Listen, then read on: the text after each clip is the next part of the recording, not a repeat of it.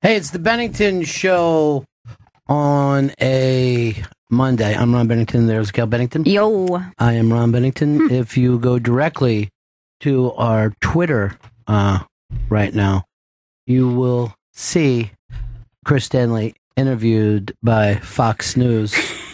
And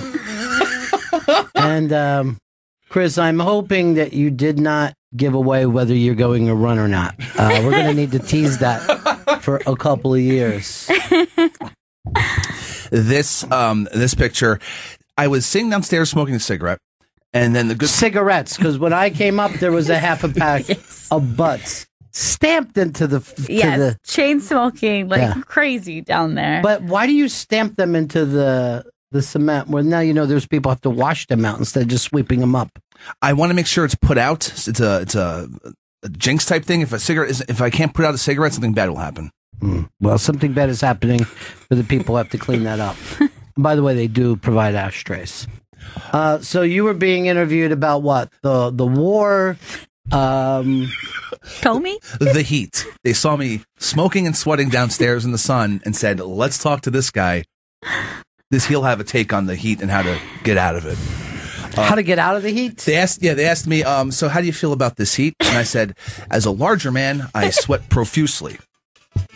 That's your agent calling right now. Oh my God, it's happening. Demands that you not sign anything. I was standing just off camera while they made a beeline for Chris to be interviewed. And then I'm standing off camera and the woman has to say, "Sir, stop looking directly into the camera. Just talk to me, sir." Why were you looking directly into the camera? I see the camera. I want to talk to the camera. She's cutting a promo. Did you tell him that you have some podcast experience? And then I'm talking to this lady. I let her know that the right side of my body is much sweatier than the left. And when I told her that, there was a look of disgust on her face. She was like, looked like she was going to be sick. You know what? She asked, why didn't you tell them that Astoria has the largest pool in New York City? Because I see that all weekend long. Sometimes we just come here and sit in the pool. So refreshing. Yeah. And the price is right. So the only way I would see you if you're on New York 1, I've got that on a straight loop with people bitching about the subways. All right, so do we know when or if you're going to go on? I'm not sure. So I believe I might be on Fox News or I might be on their YouTube channel. So I'm going to start looking. I'll have people looking, make sure. They have to put me on. No, they don't have to do anything, Chris. She's like, he literally turned to me after like, you think I made the show? Like, I don't know, Chris. You're so talking a lot about sweat. It's so hard in this business. You're just out there all the time trying to get on shows. Like a large sweaty man is perfect for a story on the heat. As I'm smoking. Someone said this. Liz has fire said they said the camera adds 300 pounds. Come on. Is Chris losing weight or buying bigger shirts? How is a sweat shirt still wrinkly? The young and larger Michael Madsen. That's nice. I'll take that. That's not bad. Liz is fat shaming me, by the way. I don't appreciate that. Liz got me into this bad TV show and then won't even talk to me about it. I'm just iced out after she goes, "Oh, you got to watch this show." And I watched 2 seasons of it. That's terrible. And I don't know another human being watching it. Man, you know what I got into is trying to watch that Woody Allen one.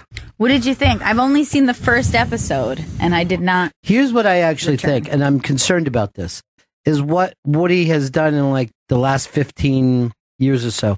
Is that going to actually end up ruining his legacy of the Woody Allen that I love so much? Yes, because here's the problem with a career. You start to go, did we have more bad than good? Did we have more bad years than good years? And then you start going, well, can you put this person in the list of the greats when the bad outweighs the good? See, that's the thing that happens with baseball players, that they hang around so long, their stats start to come down. You know what I mean? Right.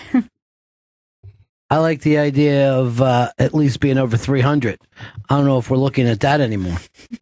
But also, I saw them just killing time doing that stuff. Like I told you about that thing that I wanted to talk to you about. And, just trying to just trying to make it like, hey, we hand in the time and they got to pay us. You know what I mean? You don't have to kill, but you do have to fucking do your time. Now, do you feel like it? How much did you watch of it? A couple episodes? 3 episodes. Yeah.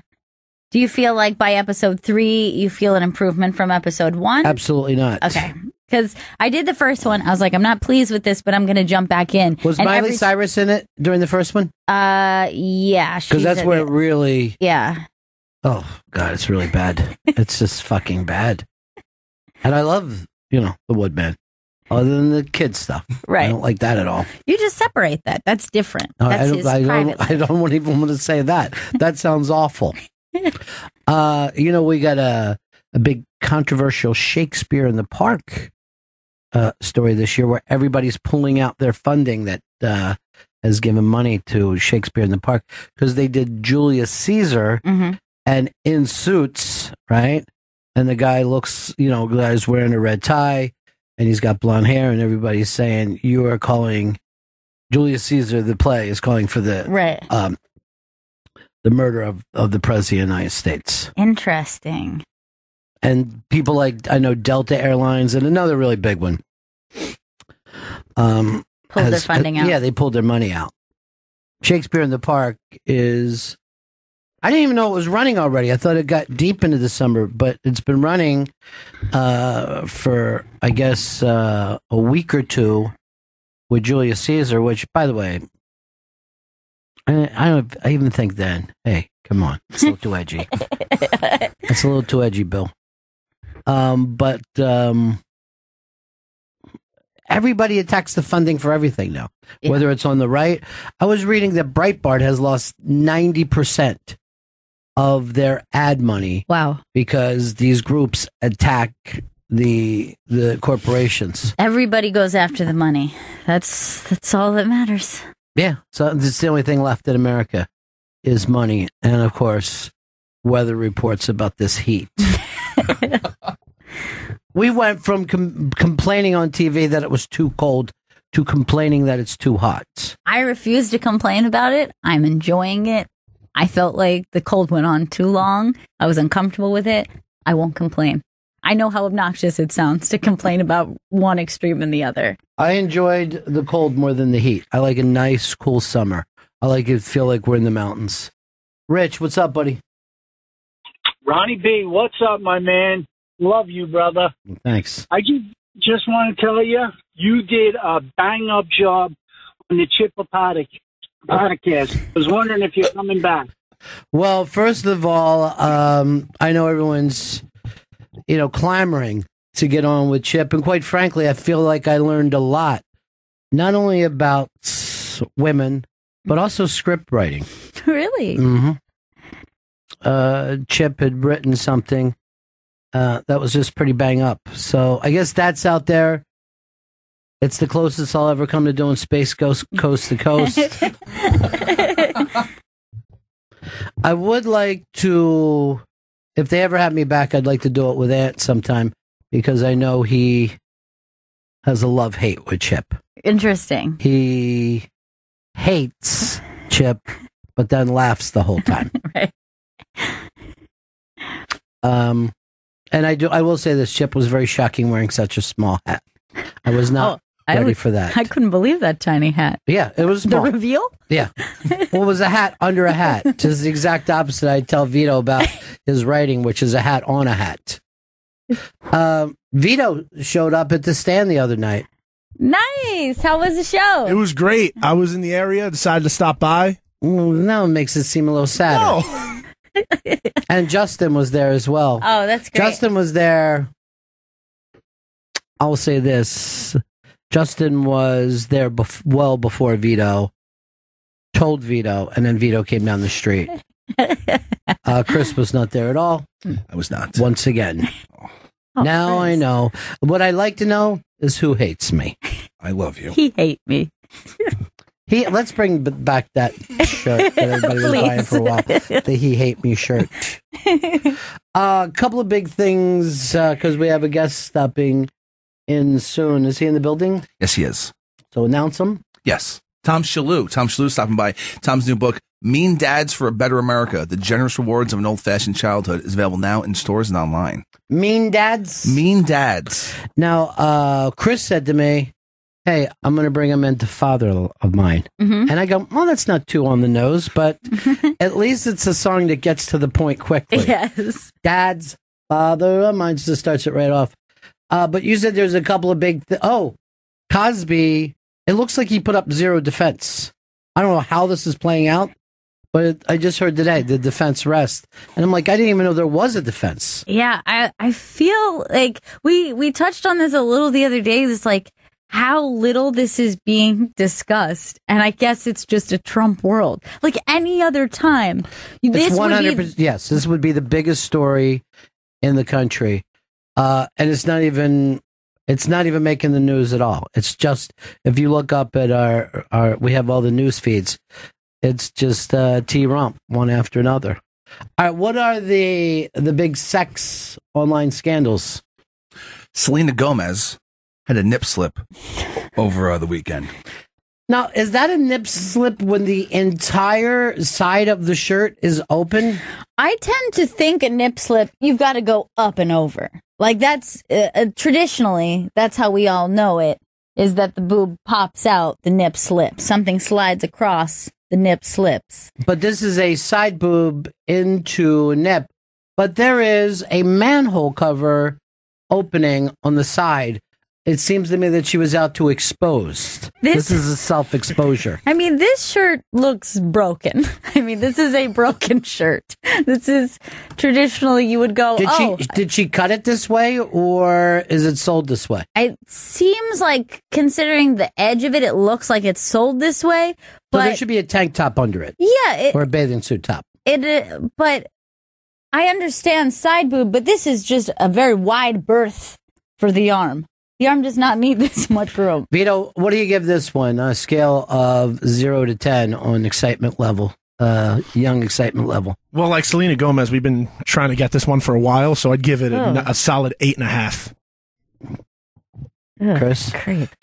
10. Because I never thought I'd see her breast. So and it's a nice breast. So I'm very excited about this. 10. I never thought I'd see her breast. And this isn't even the big exposure story, right? The Instagram is a bigger exposure story. Yes, that's Amber Rose, who I believe dated Kanye West. Yeah, for a while. Amber Rose, totally bottomless here. Now, and it had the internet buzzing. Now, you're not supposed to go bottomless on the Instagram, right? Yeah, Instagram allows like no nudity, no nipples, nothing. Twitter is like Wild West. You can do whatever you want on there. So I don't remember a lot of exposure in the Wild West. They had nip slips all over the place. Amber Rose is trying to bring back the bush. That's her new campaign, and that's what she did in the picture. Now I can't tell whether it looks like a small bush because she's trimmed it up, or because the hips are so large. It's just in comparison. To me, it's a manicured bush, and everyone was going, "Oh my God, the big bush is back!" And I was like, I would call that a medium bush. I want you to look at it and just think the entire area, hips and all, glazed donut, because she's very oiled up. It does look somewhat sugary. Now, Derek Gaines said to me that he met Amber Rose, the most beautiful woman he's ever seen in his life. He goes, in person, that Amber Rose face. Interesting. Then he said, "Oh, Ronnie B, oh, Ronnie B." I find her very attractive, but she seems to be polarizing. Like, I've heard people who find her gross to people who find her super, super sexy. Vito, you first. Gross or sexy? Scale 1 to 10. Very sexy being a 10, gross being a 0. 9 sexy. 9 sexy. So you're going over literally what you did last time with the 8.5. Chris. 1. I do not find her attractive. See? So polarizing. Sorry, Amber Rose. She looks like a seal. Like the fucking oily man. Oh, my God. That's anti-woman and fat shaming. No, it's not. Why do you think she looks like a slip? She looks all like greased up, like a seal. She's not always slippery. This is just this look. It's a Photoshop. It brings out the curves and it brings out the ab shape. She's definitely baby oiled up, though. Yeah. She's oiled up. It's fucking gross, dude. No, it brings out the shapes. It's really good. It contours lines. I think you're anti-Bush is what it is. I am anti-Bush as well. I like Amber Rose better than Kim if I'm comparing Kanye's like girlfriends and everything. I love Amber Rose. See? It's very polarizing. And I've never found the shaved head thing like a good look, and I've never liked it, but she pulls it off. Hey, Chris, you're already a meme where it says, honestly, the boy asked me to touch him. Jesus Christ. Oh, no, Chris. No. This Did is you bad. bring that up? No, I didn't. I talked about the weather and my Any sweat. of the charges? There are no charges. This is bigger than the Cosby Story. It is much bigger. Tom Shalhoub's here. Tom's new book, Mean Dads for a Better America, The Generous Rewards of an Old-Fashioned Childhood, is available now in stores and online, on Twitter at Tom Shalhoub. And Chris has a song that ties it all in. That's right. Mean Dads. Mean Dads. I've been talking Mean Dads nonstop. Well, this is it's quite a nostalgic piece for you too, right? You loved your childhood. I loved it. And it is nostalgic. The book, I didn't sit down to write a book called Mean Dads. Yeah. I wanted to do a book about my childhood, about the 70s. The idea originally was, because I love talking about this, whenever there's a movie set in the 70s or a TV show, like an HBO series in the 70s, everyone looks like with beads around their neck. They have bell bottoms. Gail's talked about that. She goes, was everybody dressed that way? Yeah. And I'm like, no. No one, I don't think anyone knows what life was like in the early 70s. And I always say it was more like the 50s. Yeah. And the original subtitle for the book was my 1950s childhood in the 1970s. And that's what I wanted to call it. And HarperCollins was like, nah, it's too many numbers. They didn't like that. But I was like, I want to get, to me, the essence of the book was that the 70s, and in terms of like a millennial today, looking back in the 70s, was not what you think it was. And it was very traditional American. It looked that my hometown looked more like Mayberry than the Woodstock Festival, Well, because the suburbs were still relatively new. Yeah. And particularly to people, a lot of those people had left the cities and were looking for that suburban. Yeah. Like people were still embracing the suburban lifestyle. Like, isn't this great? We have a backyard. Yeah. And they made towns, although the town I grew up in was old. It wasn't like whatever they call like the subdivision, the cul-de-sacs. It was an industrial town. My town was founded on a tannery. Like there was a tannery and they created a town around it. Right. And then there was a printing press. There was the old Plimpton press, and we used to go down there and break windows, by the train tracks. But it was an industrial New England town, so it did have old history. Yes. And it was. But my parents grew up in Dorchester, so they were like most people. Each generation goes further out. Yes, until this generation when young people are coming back. Yep.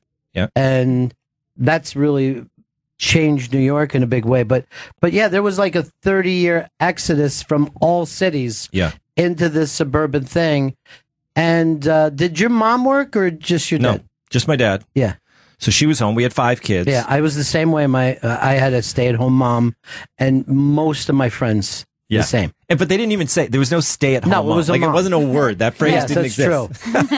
No, the weird thing was latchkey, which meant both of your parents worked. And that was the bizarre thing. That was the weirdo thing. Yeah. And even divorced parents was somewhat strange. I mean, it happened, but it was rarer than you would think. Yeah, we knew all the, definitely it was rare. In my town, a very Catholic town, it was rare.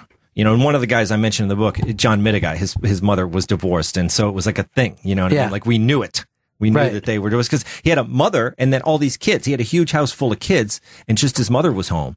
And so it was, he was he was like one of the he was one of my troublemaker friends. He was the guy who knew where to get the fireworks, and so I would learn things from him. You know what I mean? He was the first guy to smoke, like that kid who would introduce you to cigarettes. He knew where the Playboys were, what tree they were stashed in, so, there was, he is in the book. It's his name. He still lives in Norway. I didn't tell him. I didn't ask him permission. I just named all these names. But the thing is that there's nothing bad in here. It's like, it's all real stories. But just the idea that in my world, it's part of it's a little bit tongue in cheek that Mitigai is mentioned as a tough guy in it. He is the toughest guy in my world out of my friends. But when you look, it's rather quaint because really by tough, I mean a kid from a big family who smoked cigarettes in the woods. You know, that was the extent of it. Now, the mean dads thing has to do, and it's odd that this is in the zeitgeist because we were just talking with Bear about this the other day, but there was a fear of fathers in those days that your dad's home. Stop screwing. You know what I mean? When your dad came home, it was like a cop car just rolled up. You know, absolutely.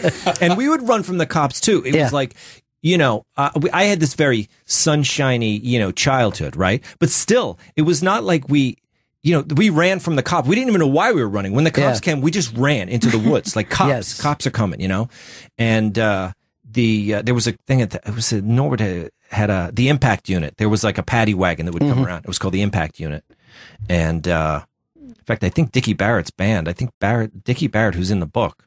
His first band was called Impact Unit. Is that right? And that's a Norwood joke because that was the name of the paddy wagon, you know, because it was like anti-cop, you know, it was like punk rock, you know what I mean? But yeah, it was so that was the thing when I said, I'm going to write a portrait of real America for the 70s because I don't remember reading anything like that. But then as I went in and I started working with the editor, Carrie Thornton was my editor at Day Street Books. She was like, this is about family. You know, to me, it was all about the town, and there was stuff about the soapbox races that we did. I really wanted to paint a portrait of old fashioned America in the 70s. So there's a lot of things that were about the town and about things that happened in you know, little stories of things that happened. She said, we've got to make this more about your family. So I started writing about my dad and my mom and made them part of it, and then made every chapter into like a merit badge, you know, so it's kind of like Boy Scouts, you know. But so the Mean Dads came out of the editing process because it's really about, I would think, I mean, as you read it, it's about the 70s. To me, it's about, and that's what, when Gutfeld read it, he was like, you know what, this is funny. I thought it was a book about parenting. It's about the 70s. Yeah, that's what I set out to do. But it's also about, because I'm a dad now, when I look back on my childhood, I'm like, wait a minute, what was good about that? All those things that are no-nos now. Like you say mean dads and people are like, oh, that doesn't sound good. Or you say bullying, like that it helped me. Like it helped form my life, made me resilient. I can deal with bosses. I can be fired, you know, like I'm a stand-up comic. I don't know how I could survive in stand-up if I wasn't kind of tough, you know, like I'm not a tough guy, but that childhood I had, it prepared me for adulthood. And it makes me think like, how are kids going to be prepared for adulthood now? You know? Well, you weren't. The big difference is, of course, you weren't treated as precious in those days. So you could get punched or you could get bullied and all that, but it wasn't like life changing because somebody punched you or got you in a headlock. You didn't go around and shit. That's just something that happened. I mean, your life. How many headlocks was I in? Yes. You know? Did you just stay that way for a while? But then you're not like, oh my God, I'm so humiliated. I was, you know, kicked and put in a head.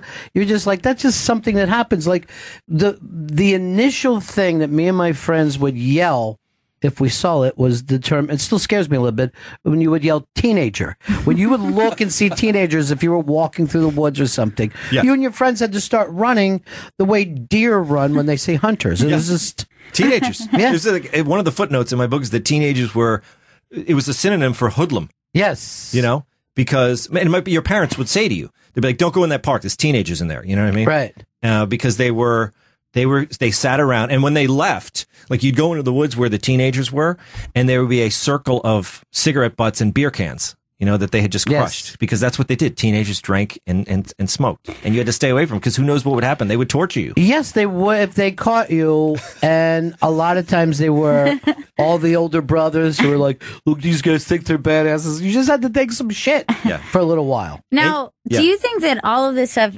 is...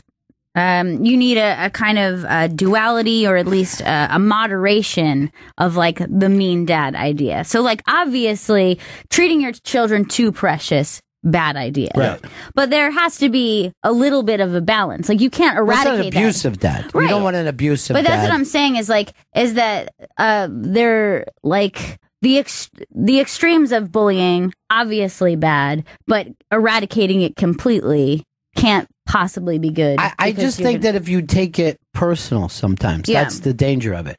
And here's I think the major difference that you and your friends could go out, blah, blah, blah. Last generation, in my opinion, I think cable news, when CNN started, that changed. Like all the parents went, oh my God, a kid got killed in Indianapolis, so everybody in Atlanta, bring your kids in. You know what I mean? Right. But no one would have heard that news in the 70s. It would have been a terrible local news story. But after that, you started to get to the point where the news became very big of we've got to worry about our children. Stranger danger. Yeah, stranger danger. And milk cartons. That's when the milk carton started. Right.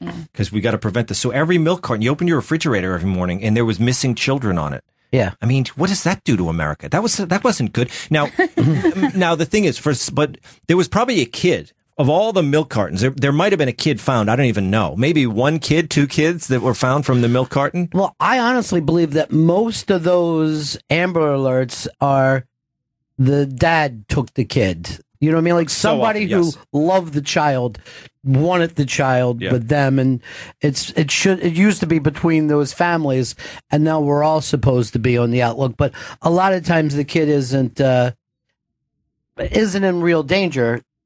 Right. The other night, I'm at the stand, and Bonnie McFarlane has her daughter with her, and there was a little table out front, and Bonnie says, "You want to sit out front while I do my set?" And her daughter goes, "Somebody will steal me." And we all fell down laughing because that kid's really hilarious. Steal. I like that term too. It's not even kidnapping. It's just steal me. Somebody will steal me. And we're just like, no. They'll bring you right back. You've been raised by Voss and Bonnie. Most people don't want a child as roasty and wicked as you are. She's got a sharp wit. Yeah. Too sharp. Yeah, it is. It's too sharp. But, we teach that to kids very early on. Yeah. And they're afraid. You just don't see kids out playing. That's why I have a little bit of.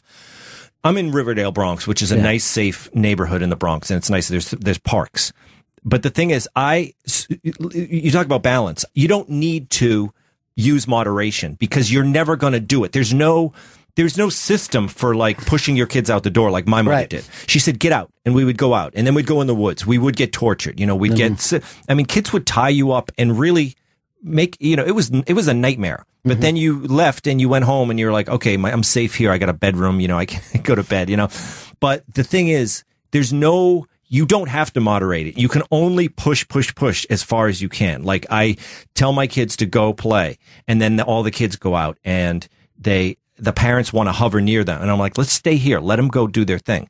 And they might go a little bit into the woods and you can't even see them. And you got to tell the moms, don't worry, I can hear them. I hear sticks cracking. And then they might be getting in fights. They might be using bad words and the parents want to intervene. And I'm like, don't do it. So it's like that little thing of just letting them be for 40 minutes and play and maybe be mean to each other and then have to work it out without running to a parent. And then if they come out, I'm like, get back in there. I say to my kid, work it out. They know me as the work it out guy. And I'm a bit of a pain in my neighborhood for that. But the thing is, it's like you give a little bit of freedom and it's just, I just love seeing that. I love seeing them have that, that lack of, or that not lack of autonomy, the lack of helicopter parenting for just a little bit of time. And the more you can do that, the better, I think, I would love them to walk to school. And the thing is, they are safe. They're in the Bronx, but we're not going to do it. It's just I don't want to be the weirdo. Happen. Yeah. Mm-hmm. It just doesn't happen. Well, we have a friend who, she grew up in Alaska, and so she lets her kids just go walk to their friend's house. Yeah. And the parents in the neighborhood will call her and say, "We just saw your kids out on the street." And she goes, "Yeah. They're going over their friends." People will make a call, we're concerned. Yeah. But they, it's in Alaska. There's probably a mile between each house. Right? Yeah. I mean, she grew up that way, so she thinks the kids are all right. But you don't live in a world where people think that. You're already thought of as a bad parent. Yeah, that's why I opened the book. I'm walking to kindergarten because I remember the day, and my mother said, "Go," and she opened the door, and I said, "Where do I go?" And she said, "Just follow the kids," because there were kids. There was a mass of children like cattle walking to school. So I just kind of and I could have gone the other way because there was another elementary school on the other side. Of town. You might have gone the wrong way, but that started it. Was that then you were. life was safe because you had, the suburbs, we had the big families, we had, we'd go to church on Sunday, but it wasn't that quaint because 90% of your life was spent away from parents, and kids can be mean, and they were mean. So it was like part of it was very nice. And you look back and you're like, oh, it was like a Norman Rockwell existence. But Norman Rockwell was like, those kids got beaten worse than me. Yeah. Yeah, there were, those were. And I didn't get beaten by my parents. Yeah. Nope. Never hit once. My never dad even scared a slap? me. Never even a slap. But you were afraid of your dad. Afraid. You thought, yeah. Yeah, because he never had to. He used to reach for the belt, but he never pulled it out. So that's the line. You know what I mean? And you knew that he would do it. You knew that your dad would hit you. Right. If you cross that line. Keep it on the table, as you would say. I'm never taking this off the table. I do. That's the way I always was with my kids, where I was just like, no, dude. But I never had to hit them. Yeah. But they knew that I would. Exactly. And they don't like getting, and I don't yell either. Yeah. It's like, you don't have to yell. My dad didn't yell. He wasn't a yelly guy. He never had to. He was stern. And so we were afraid of him. And it's a joke when I'm telling these stories about how scared we were to speak up to him. There's something funny about it, that there's two boys afraid to talk to their dad, but also it was nice. Like, it was a nice childhood. So I want to stress both of those things. And hopefully that's what I did. Like, there's no politics in the book. It's not like this is how you have to raise your kid. And it drives me crazy. Like the world today, I'll tell you, we got to go back. And it's like, yeah, whatever. Like, for people who, you just kind of make it up when you're parenting. You make it up as you go along. And that's what they did too. Yeah. Well, the thing for a kid too is you think that it's reality for everyone. You know what I mean? Like, you're like, oh, this is the way life has always been. Yeah. And you just find out that you're of that place and time. But why do you think the parents went in the other direction? Why do you think? Well, you said cable. Yeah, cable. Two things. It's like there was two big waves. Cable was one that we forget about because it was only like 15 years, and then the internet came in. Yeah. And it was another level of, it's even worse. The level of just information. And because now it's like, it went from stranger danger, where you would learn on the Donahue show about all these abducted kids, and then the milk cartons. And there was a kind of a mass hysteria in that way. And people started to kind of like, bring the kids inside, fenced, gated communities, all that kind of thing.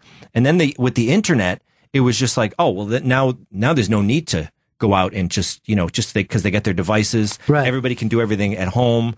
And then there's another level of paranoia because people are searching for the vaccines. It's like back then it was just like stick a needle in your arm. Like nobody thought, but now they search on the internet. Oh, I'm going to keep my kids. There's paranoia. It's another level. Right. And you do it when you get something starts to swell, and you go online and you look for pictures of it, and the level of information, it's too intense. Yeah. Like nobody can be laid back anymore. No, it is true. But the interesting thing is that the parents who now parent this way are the ones who predominantly were raised the opposite way. So it's not like you can't also just look at like, okay, children were like this, and like, is this next generation this way? Is that the children who were raised this way then became different parents than their parents? Yeah, but that happens with every generation. I mean, 2 generations before the 70s, the kids were going to work in a mill at age 10. When you talk to your grandparents and your great-grandparents, they didn't go all the way through school. It was like, hey, you guys have Christmas presents. Yeah. This is nuts. And we're like, you're nuts. This is fucking great. And that changes. My family was it was like one more generation of the United States. But my wife's family, Italian family, like her grandfather, like he had an X. He signed his name with an X. Right. You know what I mean? Like that kind of thing. Like, come here, it's too late for me to learn the language. So he like worked in ditches as an Italian guy and just signed his name with an X and raised a huge family. And like me, this is like, it's like, that is not the way it happens, but, and he was a tough guy. I remember asking my father-in-law, like this was shortly after I got married, and he was still alive, my wife's grandfather. And my father-in-law was loading him into the car, because he was all in a wheelchair, and I said, Tony, you're the boss now. Like your Italian dad, you could tell he was a tough guy. Yeah.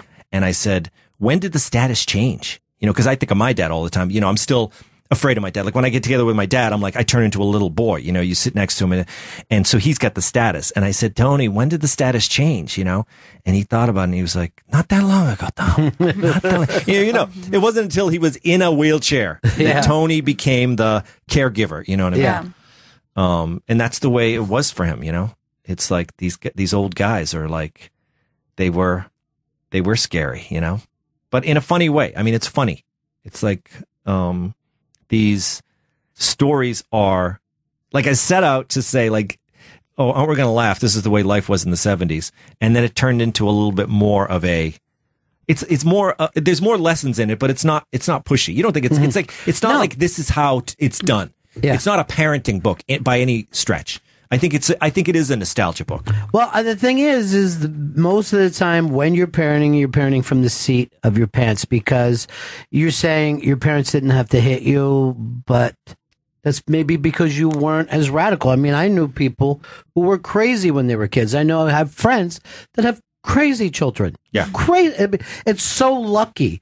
It's just a matter of luck of how good your home life is. You know, because you can have lunatics in your life. You could give birth to a lunatic. Yeah.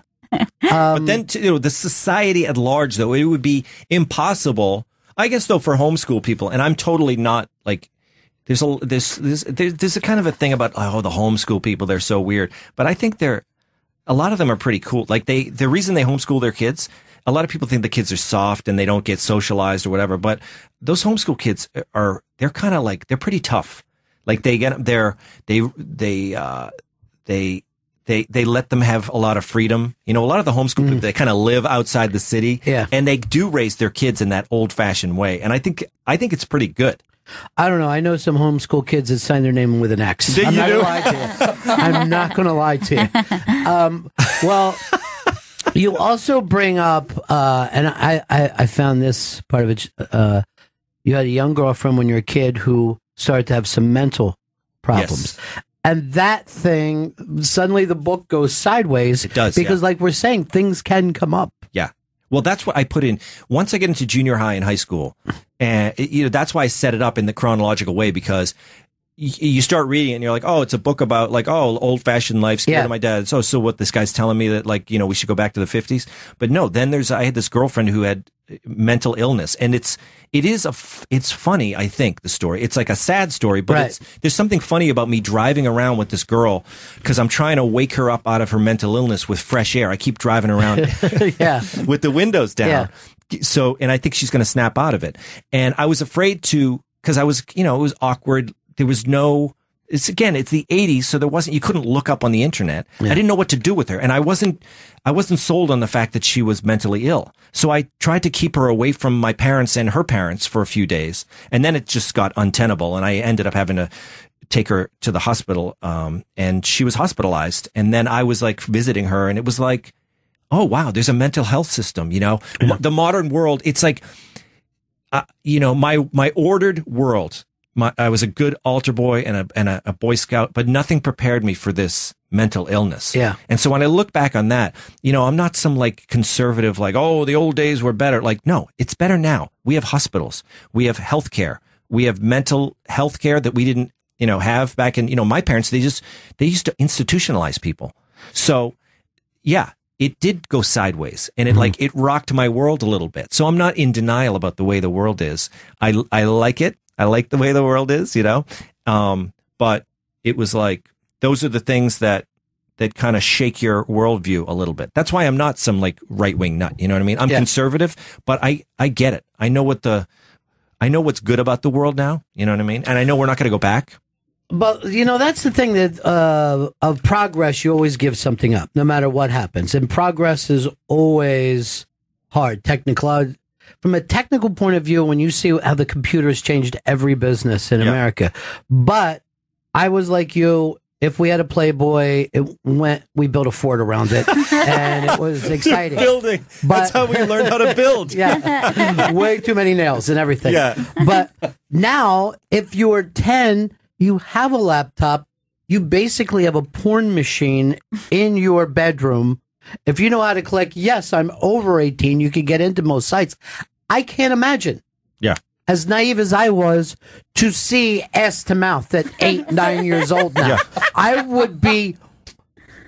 I don't know if I would have left my room either, like Yeah. these kids. And I mean, that's why. I mean, I don't like porn. I don't like it. I tell people, and I tell my friends, I'm like a bit of an evangelist on the no porn thing. And it's not because I'm, a religious nut or anything. I don't think it's good. I don't think it's good to see asses all day. Like, it's not good to live in a world. You have to live in a world of women. Mm-hmm. Like, I have a wife, I have daughters.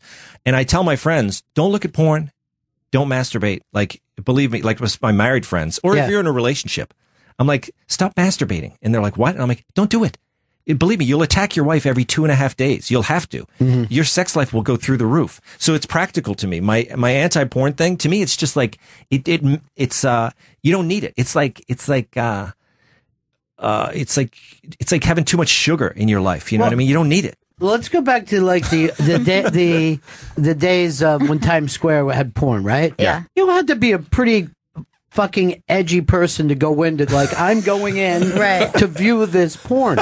But now, in the privacy of your own home, it can happen 24 hours a day if you want to. But just think, you would have had to drive into the city, park, walk past those crazy bouncers and shit. And then even then you went to the semi-respectable one. There was always one place you wouldn't go. Right? Yes. And like me as a kid, it was like Playboys, but then they had We. Do you remember We? O-U-Y? Yeah. Like, I was like, I'm not looking at that. Like, as a kid, I remember thinking, like, come on, Shalou, you can only go so far. So Playboy and then Penthouse, they would like, it was more intense than Playboy, you know what I mean? But then I was like, no way. There's like fluids in that magazine. Yes, yeah, that's when the pee stuff started. And you were just like, what the? Well, that's another thing too, is like if you're looking at porn on the internet versus like what you were saying, you have to be all like on the edge, like you can also accidentally view a lot of things. Like, you could be like slightly interested and then go, well, I didn't sign up for that. And now why have I seen this? Yeah. So that was like, that's a very easy thing for a young person to be like slightly interested about sex and then have way too much information like that. Of course, you're not ready for it. You're not looking at porn. Like you say, when you look at porn, it's like, it's really not looking at porn. You're going to Bangkok. Like, you're going. Don't pretend you're still in your room. Like, and the way guys think of sex, you open the browser, it's HD. I mean, you're in Bangkok. Yeah. Where in my case, when I was a kid and I would see like a Playboy, I would think, now when I get older, do I have to have a tux to be next to this? Because it would always be a very classy guy with a woman lounging there. And then by the time you got to those other magazines, you're like, okay, this is moving at an incredible speed for me. Yeah. But for kids now, I can't imagine that's the first way that any of them see sex. No, it's like, that's why the dates, it's like I like to go into the details of I didn't have sex in high school. And I think a lot of guys were like that. I don't think, I wasn't the most, pure soul in the world, but I was a Catholic, Boy Scout, whatever. And then in high school, I was just like, I didn't even attempt sex because it wasn't on my mind. I was like, I didn't think I was going to have sex. So I didn't push it or anything, but I did like to make out with girls. And I kind of described that stuff in details because I wanted the magic of it. Like, I had a great adolescence of what would be called like repressed, sexuality now. You know what I mean? Because basically I would just make out with girls, and I was in the full throes of adolescence, I mean, you want to have sex, but I didn't. And it was a great thing. Well, I missed out on that, not having sex and not taking drugs. I was with you up until, all the way through, because I think, and this is always funny when you look back at some of that, if you look at other people's pictures now from the 70s, it looks like your life. Like I recognize that paneling. I know those, that whole thing is just. I recognize that paneling. It seems like a dark porn movie, right? I remember that paneling. I don't remember what happened there, but I feel like I could have moved into most people's memories from that time. And there's a lot of 90s nostalgia now and 80s nostalgia, but I do think that the big difference was you could you were blocked off in the 70s. You were not aware what was going on anywhere else. Yeah. And that's why people would move to New York City or San Francisco to experience new things, where now and I guess this is a positive, but if you're a gay kid in Iowa now, you can find all the things that gay kids are supposed to be doing immediately. You know what I mean? Like, there isn't a thing, style comes from any one place. You know, punk rock was CBGB's, right, which slowly moved its way out into the world. But now people would know about whatever the new music is immediately. Yeah. I know. It used to be you had to, you know, every one of those coming of age movies, whether it was gay or like somebody who was into, it always ends with them driving over the Brooklyn Bridge. You know, like they had to finally come here. But you don't have to come here anymore. No. You can be gay in Iowa. Yes, you can. You absolutely can. So, as we wrap this up, over at Fox, what exactly are you doing now? I'm doing radio now. Yeah. Radio, a great medium, isn't it? Yeah. But I've been filling in on Fox News Radio, and I think we got some good things coming. So I keep telling people, I've got the Red Eye fans tuning in to when I fill in from 6 to 9, but there's some other good opportunities that are going to be coming down the pike. So radio and digital, we're shooting, you know, we shoot the radio show and we put it on Facebook Live, and I'm pitching the brass over there. I want to revive Red Eye as a digital project, you know, the spirit of Red Eye. Right. You know what I mean? So I want to, so I'm pitching my own show, and it's starting on radio, and they like what I'm doing over there. So for now, we're doing radio. I do a 3-hour show at night from the 6 to 9. Who knows where we're going to go from there. And then, hopefully I can try to shake up that digital department over there and start doing some stuff, making stuff just for the web. Yeah. You know what I mean? Well, there's become less of a wall between whether you're doing something digital and when you're on TV. Yeah. When I first got Red Eye, I said, can I YouTube it every day? And they said, what do you mean? I said, the whole show. Let's put it on. Because I said to them, I think if we put Red Eye on YouTube, I think we can get a few 100,000 views on there and still keep all the people that watch the show. I said, I don't think it'll hit the ratings. And they're like, I don't think so. Like they were like, no. So I kept pushing that, you know, can we do this? Can we do that? And then finally they let me start putting clips on YouTube. So I think now that the show isn't on, I think if I can get in there and start producing stuff just for the web and then see how many eyeballs we can get, I think it's going to surprise them. Because when we put stuff on Facebook, just the radio show, they're always like, wow, you know what I mean? So I think they're impressed with the Red Eye following that I've dragged them over into radio. So hopefully we can make something good there. And are you going to tour this book? Are you going to go out around the country with it, or? I am right now. I got I've been doing media for like a week here. Here I'm going down to Virginia tomorrow, and then I'm going to my hometown. I'll be in Walpole this weekend. Walpole at the Barnes and Noble. That'll be interesting to see what people in your hometown think about it. Because they're all in there. Like all those names are real. I changed, like you said, the girl from the high school store. You can see where I changed this. Sometimes I left their last name off and I changed the name here. But my buddies are all in there, and I didn't ask permission, so it's going to be interesting to see what they think. And then I'm going to LA. Probably go out to LA and do a bunch of things there. And then that's all I have planned. And then I got to keep producing stuff for Fox. So I'll be back here, but hopefully I'll get out and, go to Austin and some of these other places they're asking me to come to. Mean Dads for a Better American Time. Thanks so much, buddy. Thank you, Ron. Yeah. Best of luck to you. Thanks. The Bennington Show. Chris, we have a signed book to give away. Yes, a signed book, Mean Dads for a Better America, signed by Tom Shalhoub. All right, so give us a call at 844-ROCK-GOD. 844-ROCK-GOD. We'll give out a signed copy of the book. Now, for you guys who weren't around for that kind of childhood that Tom and I were talking about, and like I said, he went further with it than I did. I'm not going to lie. Yeah. You know what I mean? Like, I didn't feel that quaint. I was in Cub Scouts, not fucking Boy Scouts. Right. Once 10 happened and Weeblos, no thanks. Nobody I know went into fucking Weeblos. Yeah. It was just that's right there for you. Stressful enough. But does that sound like a better world or a worse world than it is now? I think it's both. I mean, I think that's what I was kind of trying to get at is like there's pros and cons to everything. So I think that there's a con to saying I hate everything about the way my parents parented me. so I'm going to do everything the opposite, you're probably just going to go far in the opposite direction.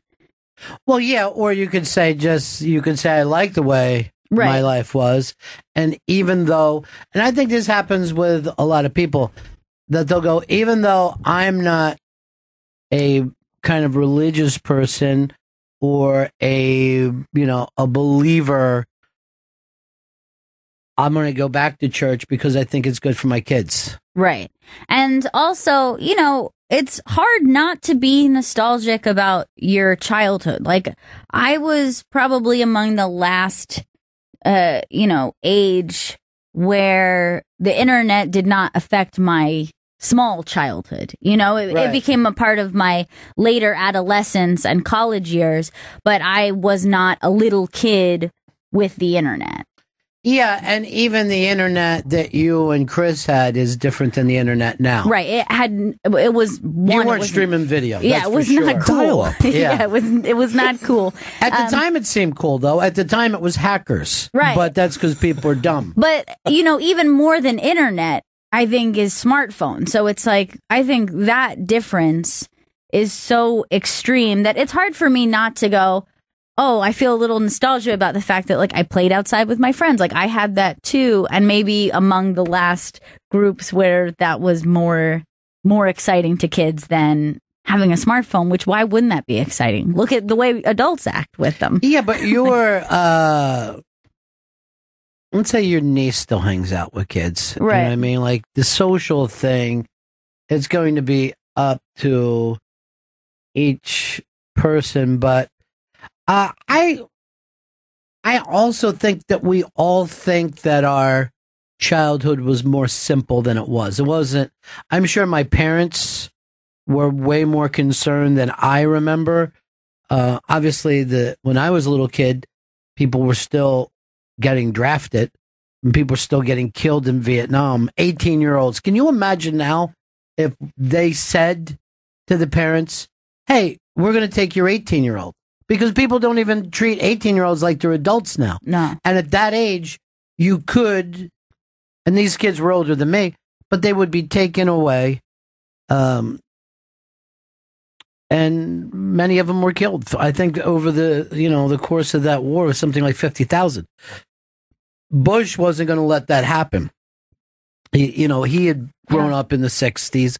He had been of draft age, and he was like, this is how they will turn on me. I'm not going to do it. Tom, we're going to give you the book. All right, sweet. Thank you very much. And you're from Mass also, huh? Yes, I am. Just a little north of where he was from. And the kind of stories we're talking about, they ring true with you, or? Absolutely. I lived at the end of a cul-de-sac, all bordered by woods, and we would just spend days out playing in the woods, getting dirty, and, it never really mattered. We didn't have phones or anything like that. I don't know if they let kids play in the woods at all these days. I was able to play in the woods. And we've talked about it before. Like, I had a roaming zone. Yeah. Like, I wasn't just allowed to go anywhere. I had, like, a block radius that I was allowed to. But there were woods within that block radius. And you were lucky enough that there was about 15, 20 kids, I think, in playing difference. And that's that makes life incredibly fun. Scott, Illinois, what's up, buddy? Hey, what's up, guys? I totally can relate to what he's saying because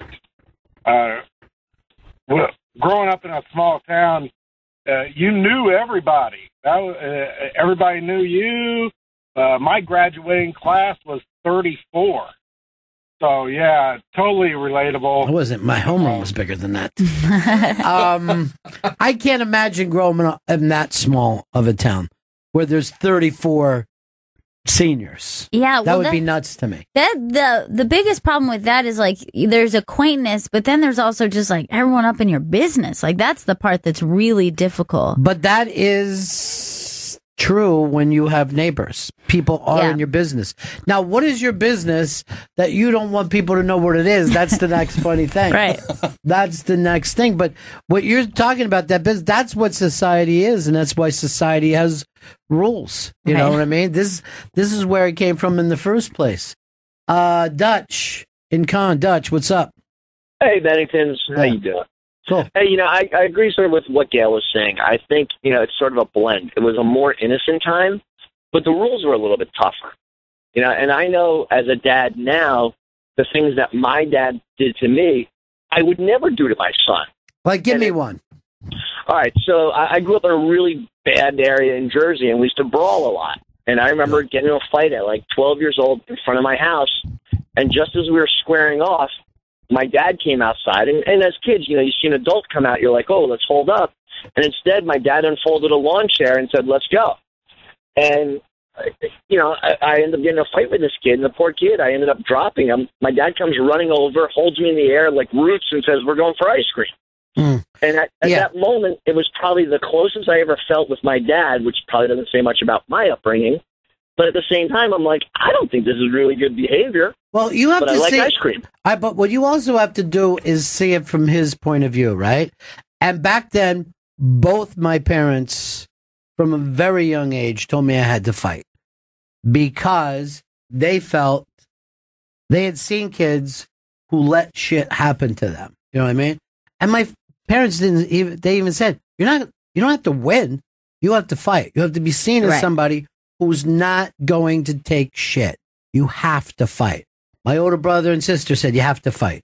Now, I could come home and say, I got jumped or whatever, and my older brother and sister would go out and do something about it. That was also a way to live, is that to say, this shit isn't ending when the fight's over. But then this is just the first fight. But then they would be disappointed if they thought somebody was shit talking you or making fun of you and you didn't chest up to them. Well, they didn't think there was any way out of it. They thought if somebody was shit talking you, they were going to eventually punch you. But fighting was, and in a lot of ways in the Philadelphia and surrounding areas, it still is today. I mean, you still hear about people fighting. But I remember adults would physically fight in those days. Like someone's dad would fight someone's dad. Where today, kind of great. That would be an assault. Or a cop would pull up and go, oh, you two guys are just fighting, right? You're just fighting. You're not, shooting dangerous. Or stabbing each other. Just a couple of guys fighting. My dad had nothing but stories of telling me of growing up of getting into fights. Like every story was him fighting and losing. He never won a fight. He was always getting his ass kicked, but he the fucking guy fought. Again, people would not, you weren't looking to go undefeated. It wasn't that big a deal to lose a fight. Right. And I don't remember feeling bad whenever I lost a fight. It was just a fight I lost. I don't even know how to explain that now. Because now people think that if you get, I think is why a lot more people have guns now, is because they are very precious about ever being hit. Right. And something like it's horrible if they get hit. It's just like when you hear about people going into fucking work and shooting everybody because, you got fired or something. That just happened the other day. Who the fuck didn't get fired? People got fired. You didn't take it that personally. Normally they caught you stealing. This is why you got fucking fired. All right. I think we'll have some of those books later on this week. But Tom is, you're going to hear him over on Fox News now. The Red Eye, Gutfeld ran it for years. And it's just another thing that's changed about Fox in a very short period of time. Yeah. Almost no time at all. And Fox has changed completely. Now, this came up twice very, very close to when we talked to Bill Burr, also was having a conversation about mean dads and hard dads. Well, that's his cartoon. Yeah. Now, do you feel like that is an important role, like that exact type of dad? Like you need that character in a house, or is that just one way? You mean as opposed to the sensitive dad, the dad who's like, "Hey, what's up?" The thing is, to write a book about parenting and what you should do, it's the same thing as like if you read a dating book. Right. You're like, You've got to be able to improvise. Right. It's like I said, you could be born with a fucking psycho kid. You could. Yeah. There's nothing you can do about it.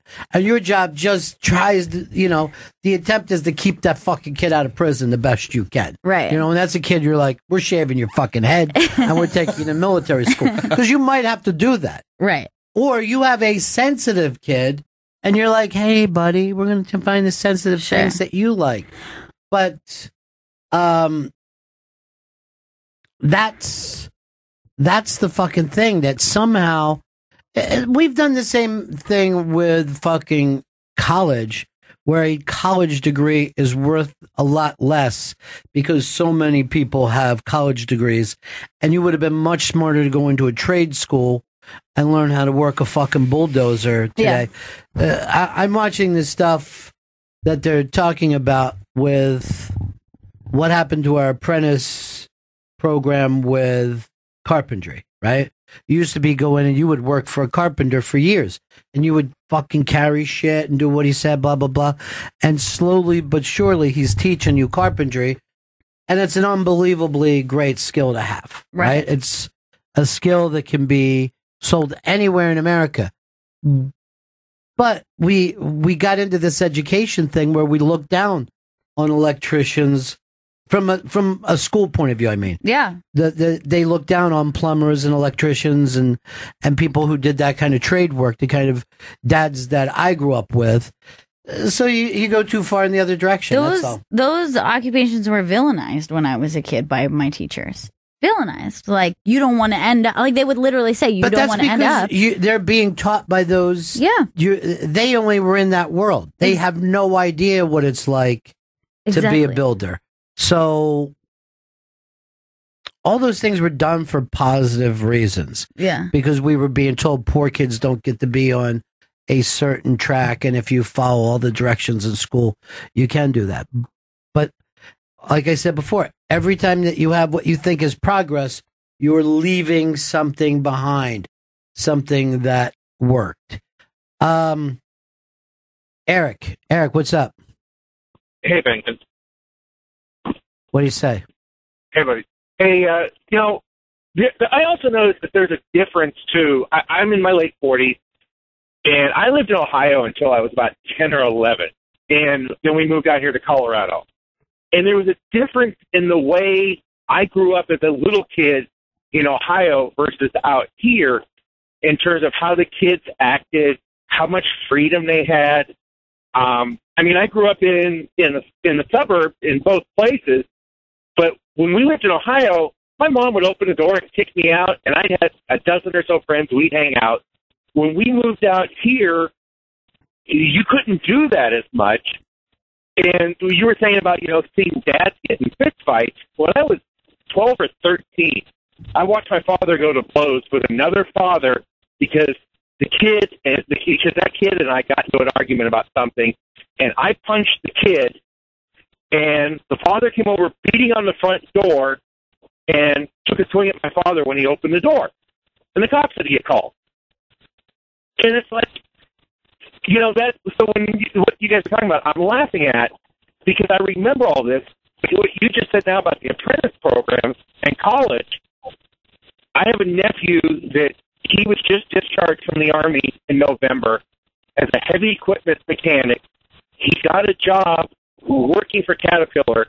He's making $50,000 a year in his first year, and he's got friends who just graduated college with engineering degrees and everything else.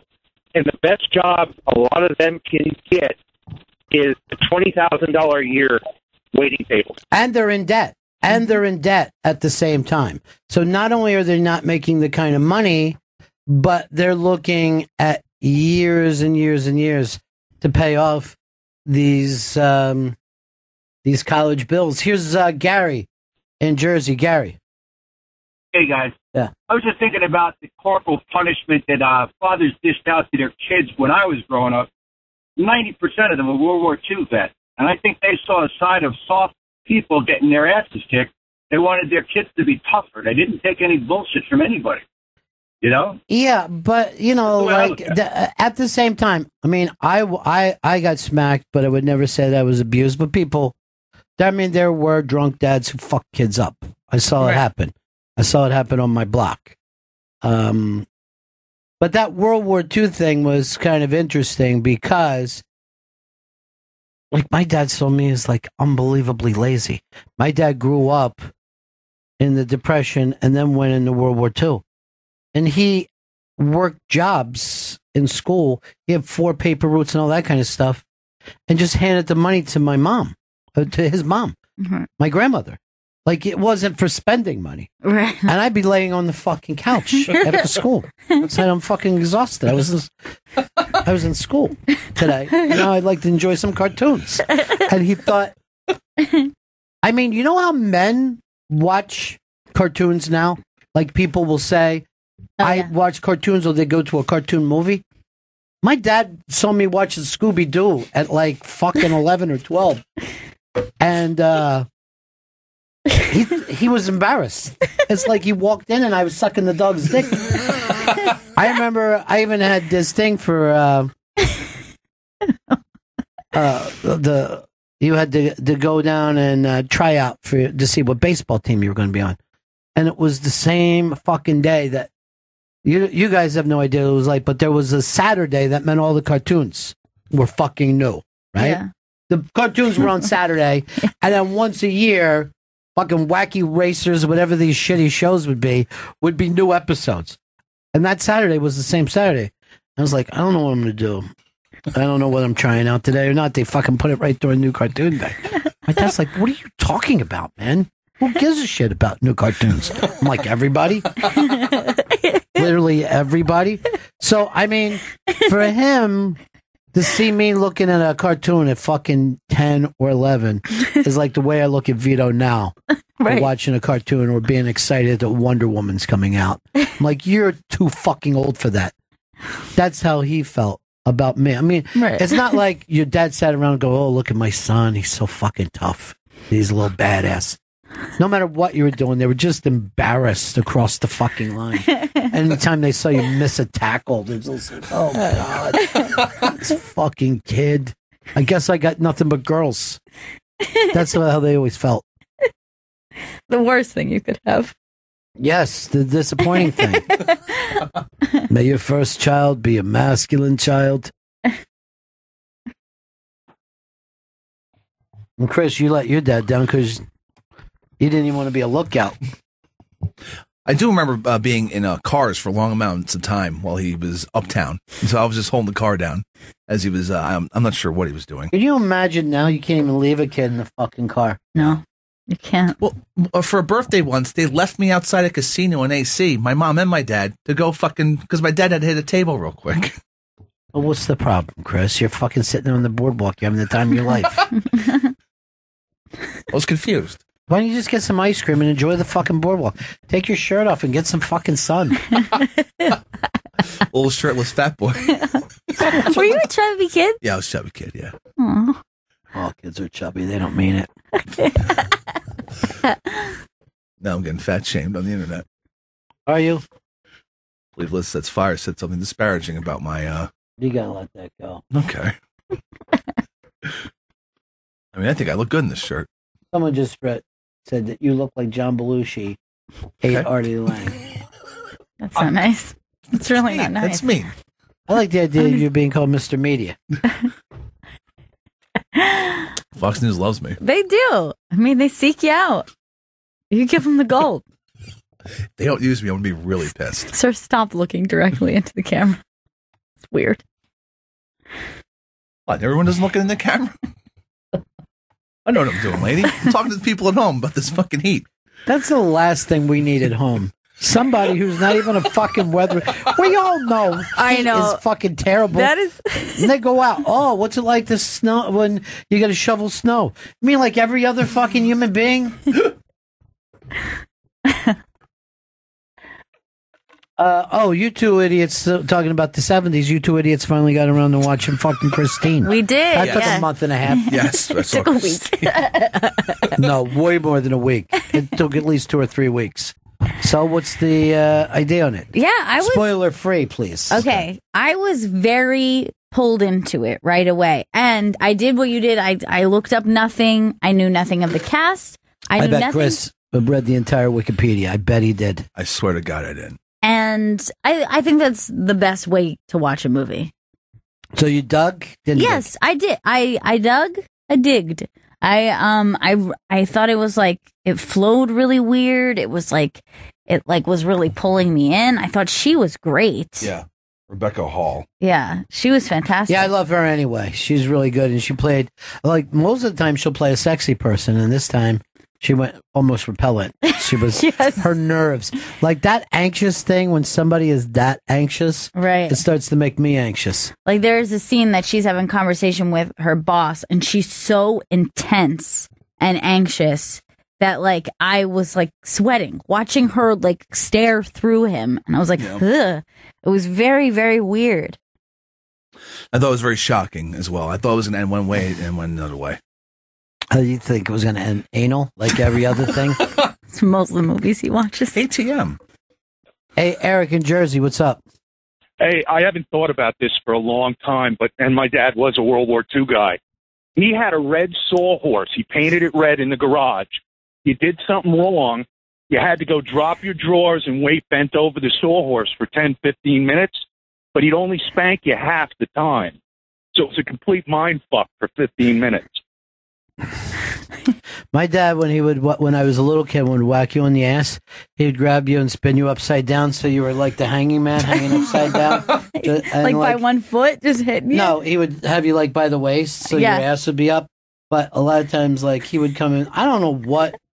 Here's one of the things I remember getting in trouble for.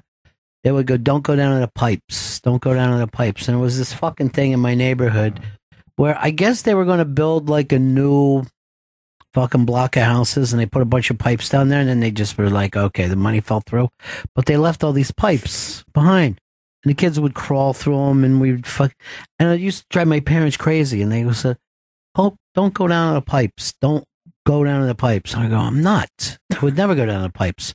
And then they come driving by, and there I am at the pipes, right? Just fucking having the time of my life. And it used to drive them nuts. They would be like, I think in my head, I was just like, no, I'm not going down to the pipes. And then I'd be like, hey, look at those pipes. I would completely forget. What is it about kids? Like, you just stupid? Like, because I remember you're very so similar fucking stupid things where somebody would tell you not to do things, and you wouldn't be like defiant on Right. purpose. I was never like, oh, I'll say that I do this, but I would just be like, oh, this thing I forgot that I wasn't supposed to do it, even Right. though it was said to me 700 times. You can say to a kid, don't put that in your mouth. They'll guarantee. Yeah. And then you look over and they got like 15 bobby pins in their mouth. And you're like, what the fuck did I? And when you're a kid, you're just like, oh, these pipes that I wasn't supposed to climb through. Right. So it'd always be like, my mom would say, don't go to the tracks. Stay away from the train tracks. Stay away from the train tracks. And I would see my friend, and he'd be like, you want to go to the train tracks? I'm like, yeah, I do. Sounds Fucking good. love it. We're going to walk down the tracks, which is like having a path that could fucking lead. When you're a kid and you look and a train track just goes on to infinity, it's like, oh my God, there's my whole future laid out along these tracks. Look, that's like looking at adventure. And then a train might come by, and then you're going to either do two things: throw rocks at that train, or it's going slow enough that you could jump up and hold on to that train for a while. Nice. Now, imagine now, if I found out my fucking 8, 9, 10, 11, 12-year-old was jumping up on a fucking train. I would beat his fucking head in with a brick. It would be safer. And yet we did that. We were so dumb. And again, after swearing, I wouldn't go there. And then my mom would always use the word like, there's train bums down there. And I'm like, I got to totally admit this to you. I never ran into a train bum, a hobo, nothing along those lines. Now, this is another thing. The kind of lies that parents tell you, and also, like, like my mom, I think, would oftentimes like let you be the person that is like, you don't want to get him upset, so let's not do this thing. And you might have no idea that she had put you in that position. I don't care. Like, I have this memory, like I was really little and I was sad because I wanted to get these balloons. They were like Mylar balloons. And my mom was like, your father hates balloons. I mean, he hates balloons so much. He'll freak out if you bring a balloon. And I believed that until adulthood, until I was like, I don't think he's ever said he hates balloons, and realized that that whole thing was like, well, we don't want to get that upset because you know how he is with balloons. They drive them fucking nuts. Why did you want a balloon so bad? I don't know. I really wanted it, but that was her way of talking out. Like, he's going to go crazy if he sees a balloon in that house. I do get this from her point of view. You don't want to be in a car with a balloon in the back seat. It's just so annoying. But then, like, why not say that? But instead, like, she makes you the person, like, Good. He's crazy. You know what? Go ahead and do nuts. He will go nuts if he sees this balloon. it. Go ahead. Use me that way. Hey, Chris in Iowa. Chris, what's up? Hey, just listening to you guys talk about riding the train, and back in the day when the trains didn't run so fast, that was my mode of transportation to my friend's house on the west side of town, because I lived on the east side of town, and we knew the train schedule. So you jump up, grab that ladder deal, ride the train to the west side. But the important thing was knowing how to appropriately jump off and roll so you didn't get hurt. Well, there was always for us, we knew it would go down to this curve, right? And if you didn't jump up there, it was fucking going to pick up speed after that, and you weren't ever going to jump off that train. You know what I mean? So we had a time. I mean, these rides that we were taking were probably never more than like a quarter mile. I didn't ride the fucking train from town to town like Jack Kerouac. I had no idea how to do that. But it was only done. I mean, the fact that you did it for transportation is amazing to me, because we only did it for fun. But oh no, we did it to get to my friend's house before I had a driver's license. So she was like clear across town. So we're talking probably 5-6 miles.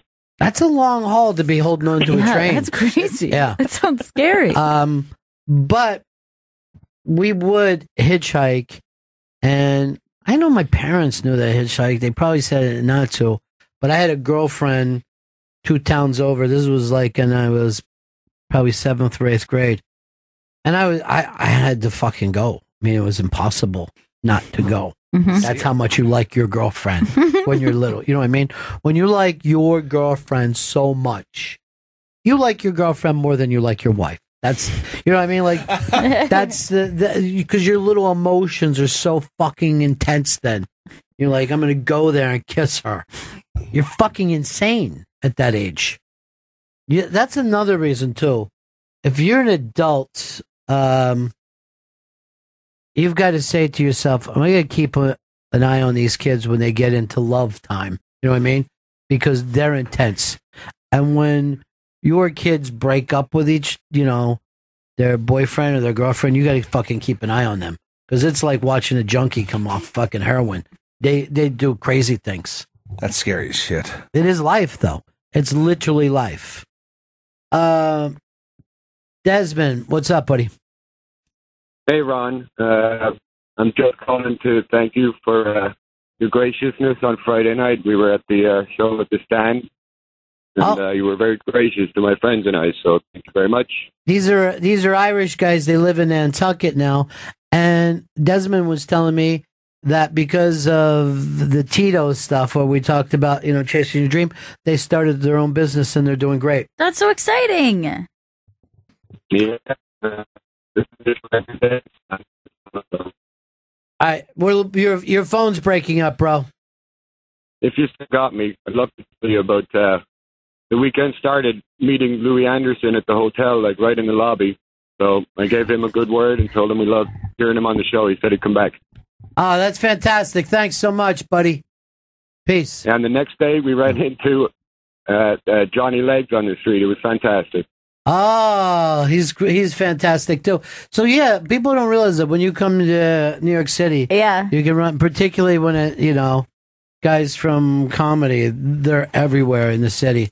But it was it was a great time at the Stand. all weekend long. As a matter of fact,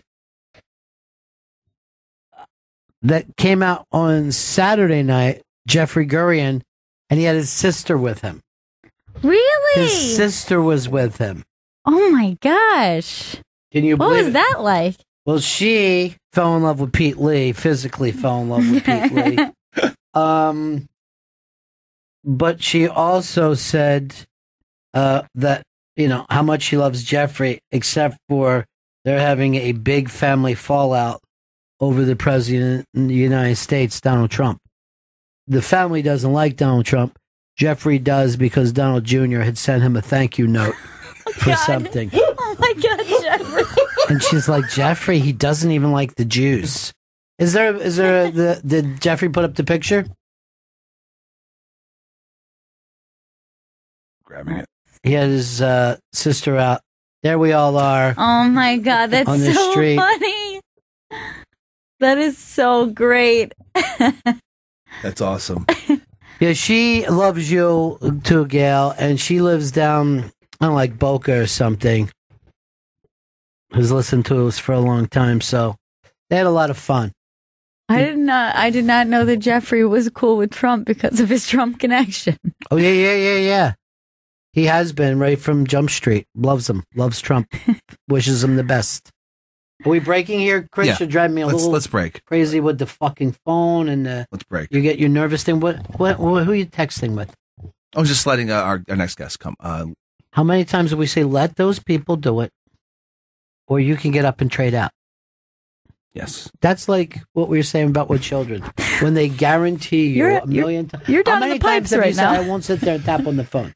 Has it been 100? It's probably 100. Yeah. And what are you worried? It's Lily. It's not. I could see if you're like, oh, Tom Hanks is coming here. I want to. It's fucking Lily, my friend, a waitress from Stand, where she has an not amusing story. She has a strange story. There's no reason for you to. And now we're not even taking a break because you ran her all the way down the hall. By mistake, yes. By mistake. You're tapping away over there. Let's just bring her in. Okay. Here comes Lily from the What Stand. song you got? Stand in the place. Let's bring her in. Hi. Hey, darling, how are you? Hi. Gail. Nice to meet you, Lily. Nice to see you, honey. Hi. Come and sit down. No music. You go to standnyc.com for tickets and all show information. I was not worried about that. You're treating us like it's something else. Now, by the way, Gail, Lily is roommates with two of your favorite people in the whole world.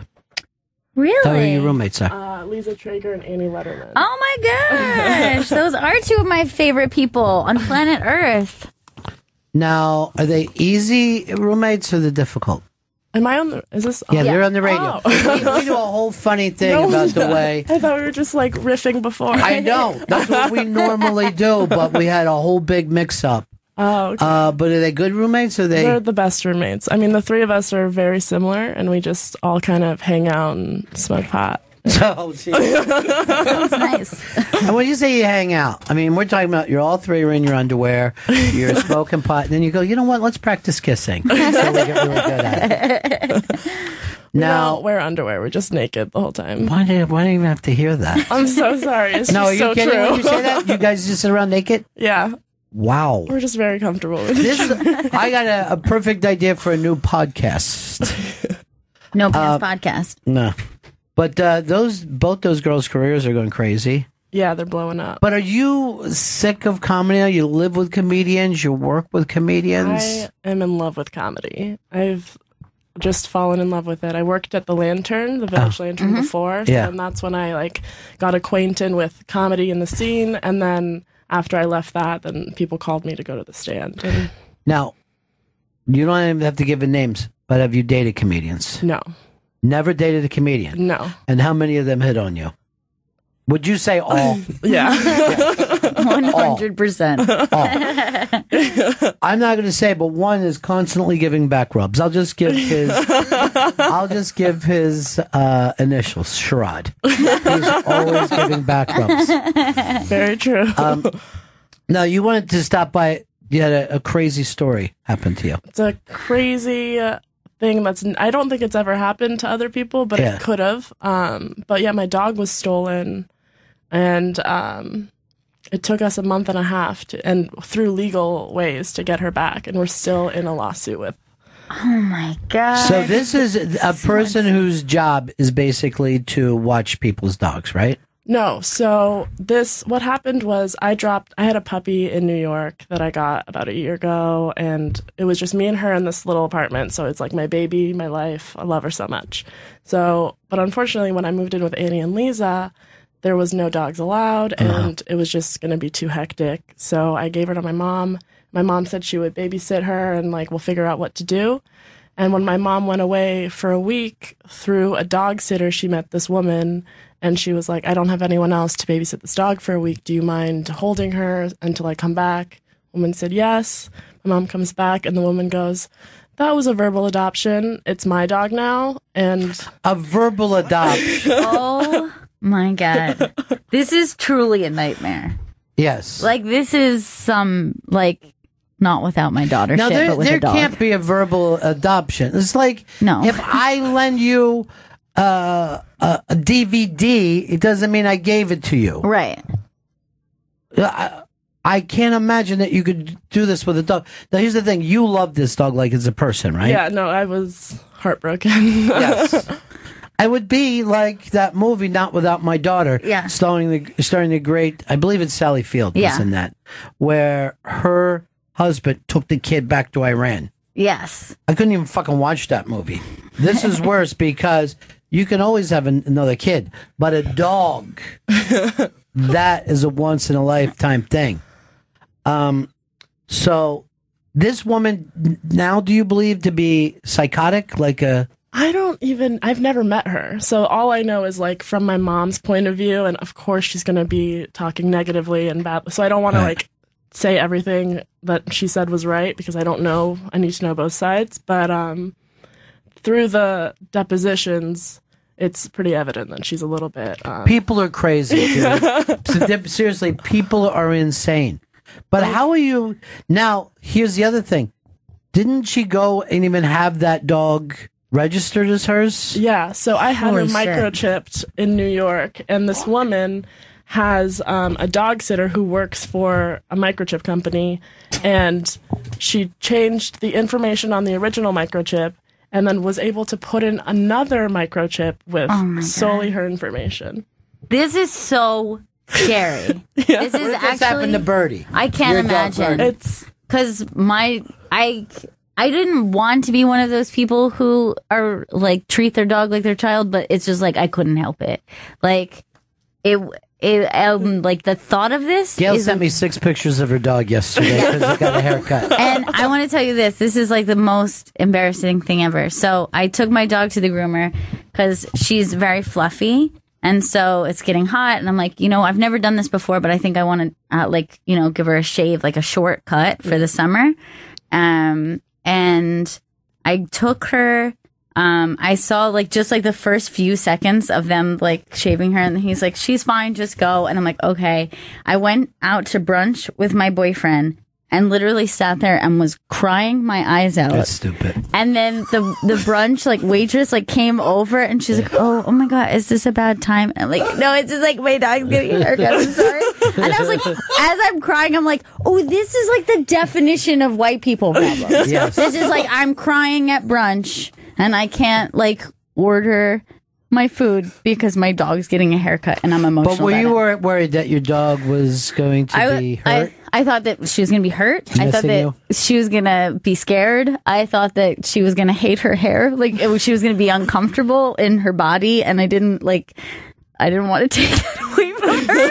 And so I was really upset. And then when I saw her, she's fine. And immediately I thought about those videos of when there's a dog and they amputate a limb and they're just hey, what's up? I have 3 legs now. They don't care. They just get on with their life. So of course she's just fine. And she looked great, but I was very emotional about it. Wow. I'm very nervous. So the idea of someone stealing my dog obviously is freaking me out even thinking about it. Now, I wonder what it was about your dog that this woman wanted it so much.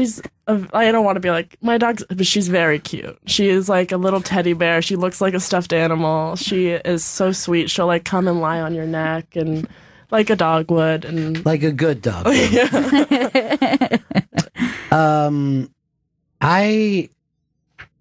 When you told that story, all I could think of is that we have to physically hurt this person who took a dog. How did you restrain yourself from like taking the law into your own hands? I wasn't because it happened in California. Yeah. So because I was here, California's fucked up. Let's admit that. I was removed from it. So I mean, if I was there, I don't even know what I would do. Did you grow up in California? Yeah. I was born in Toronto, but raised in Northern California. Wait, you're not even an American? No. God. Changes everything. You don't have a right to that dog. It's an American dog. What part of California you grew up in? Palo Alto. Yeah, you that's your accent, not the Canadian. Yeah, not the Canadian. You sound like somebody in California who just got high all the time. I swear I didn't smoke today. I knew I was going to go. No, but you guys smoked for so long that it doesn't. You're always a little drifty. That's a California thing. Yeah. Now, in California, there's the cold part of California, and I mean cold, I mean soulless people who don't care. But then there's also those other California people who will go over to your fucking house and be crazy. Scary West Coast people. So yeah, scary West Coast. Neither one of them has what I would consider feelings like human beings have. You know what I mean? There's a coldness to them. Speaking of which, somebody just left the body in fucking Central Park in that little sailboat pond. I heard it on the Air One this morning. Holy shit. And I'm like, oh man, I fucking sit out there every once in a while and smoke. I hope I'm not a suspect. Like right away, I just wanted to think to myself, I'm not a suspect in this. Oh. Is it like the person they think get killed in the park? Or someone dumped a body in the park? We don't know. We don't know what happened. Deb in New Hampshire, how are you doing? Good. How are you? I'm okay. What can we do for you today? I was just, I can relate to the girl that was, out of her mind about losing. This is Lily. Hi, Deb. Yeah. Hi.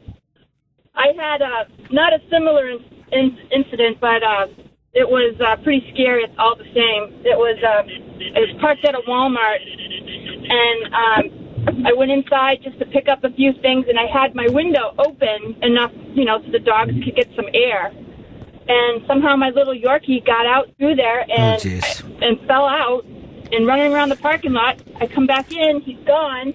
I thought somebody stole him. I didn't get him for 9.5 hours later. I was looking for him all over. Where was the dog? Where'd you finally get him? He ran across a really busy road, and he was in the woods. It was raining that day. It was awful. I was just a complete mess. I couldn't even talk. I was crying so hard. Remember those Disney movies that would be like the family's on vacation and the dog somehow gets Homeward lost? Bound. Then they go 1,500 miles. There was one about, I think it was a Chihuahua that I was obsessed with. This Chihuahua was getting into trucks, jumping trains, whatever. They get home and I'm just like, when I'm a little kid when I say it, I'm like, I won't rest until I know that this dog is back with his family. When you're a little kid, a dog is... It's everything. Because it's your first chance to be like maternal or paternal to something. It's like I didn't realize that. The first time that you're like, this thing is smaller than me. It needs things that I can give it. It's your first chance to do that. Lily, at any time did you blame your mom? Did you say this is your fault? Yeah. When I got home, I was like, oatmeal. Oh, wait, you got my dog was stolen because of you. But that's just kind of the relationship I have with. By the way, isn't Lily adorable? She's so cute. So gorgeous. But you don't date comedians because I'm looking over at the stand this weekend. Rich Voss, Keith Robinson, Chris Stefano. The girls love him. Aaron Berg, Sean Patton. I'm going to pick out somebody for you who I think would be perfect. Okay? And I have a name. Are you ready for it? Yeah. Let me just say this. Would you date this person just on me saying this on the show? Yes. Okay, it's Keith Robinson. Nice. Sold. It's a good one. Sold. Hey, Rob, what's up, buddy? Hey guys, how you doing? Cool, man. Well, my dad kind of watches my. Let me give you a brief synopsis. My wife and my mother passed away in the last year, so now my dad kind of watches my daughter, but she is taking everything out on me, and I readily get told to go fuck myself. She's 14 years old, by the way. Yeah. And now my dad does nothing but stand up for her. Meanwhile, I mouthed it off to him once when I was little and got a bar of soap right in my mouth, and I didn't do it again after that. Well, here's the thing, and I saw this in my own father.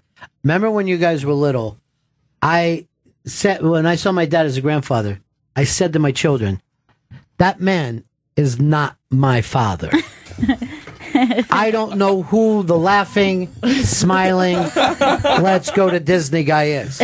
I only know the stressed out guy. Right. The lack of pressure that you feel with a grandchild must be unbelievable. Yeah. Where you're just like, I don't give a shit if this kid never fucking gets a job. Yeah. It's very joyful. Like, he was very Yes. joyful, and it was surprising for me to hear that.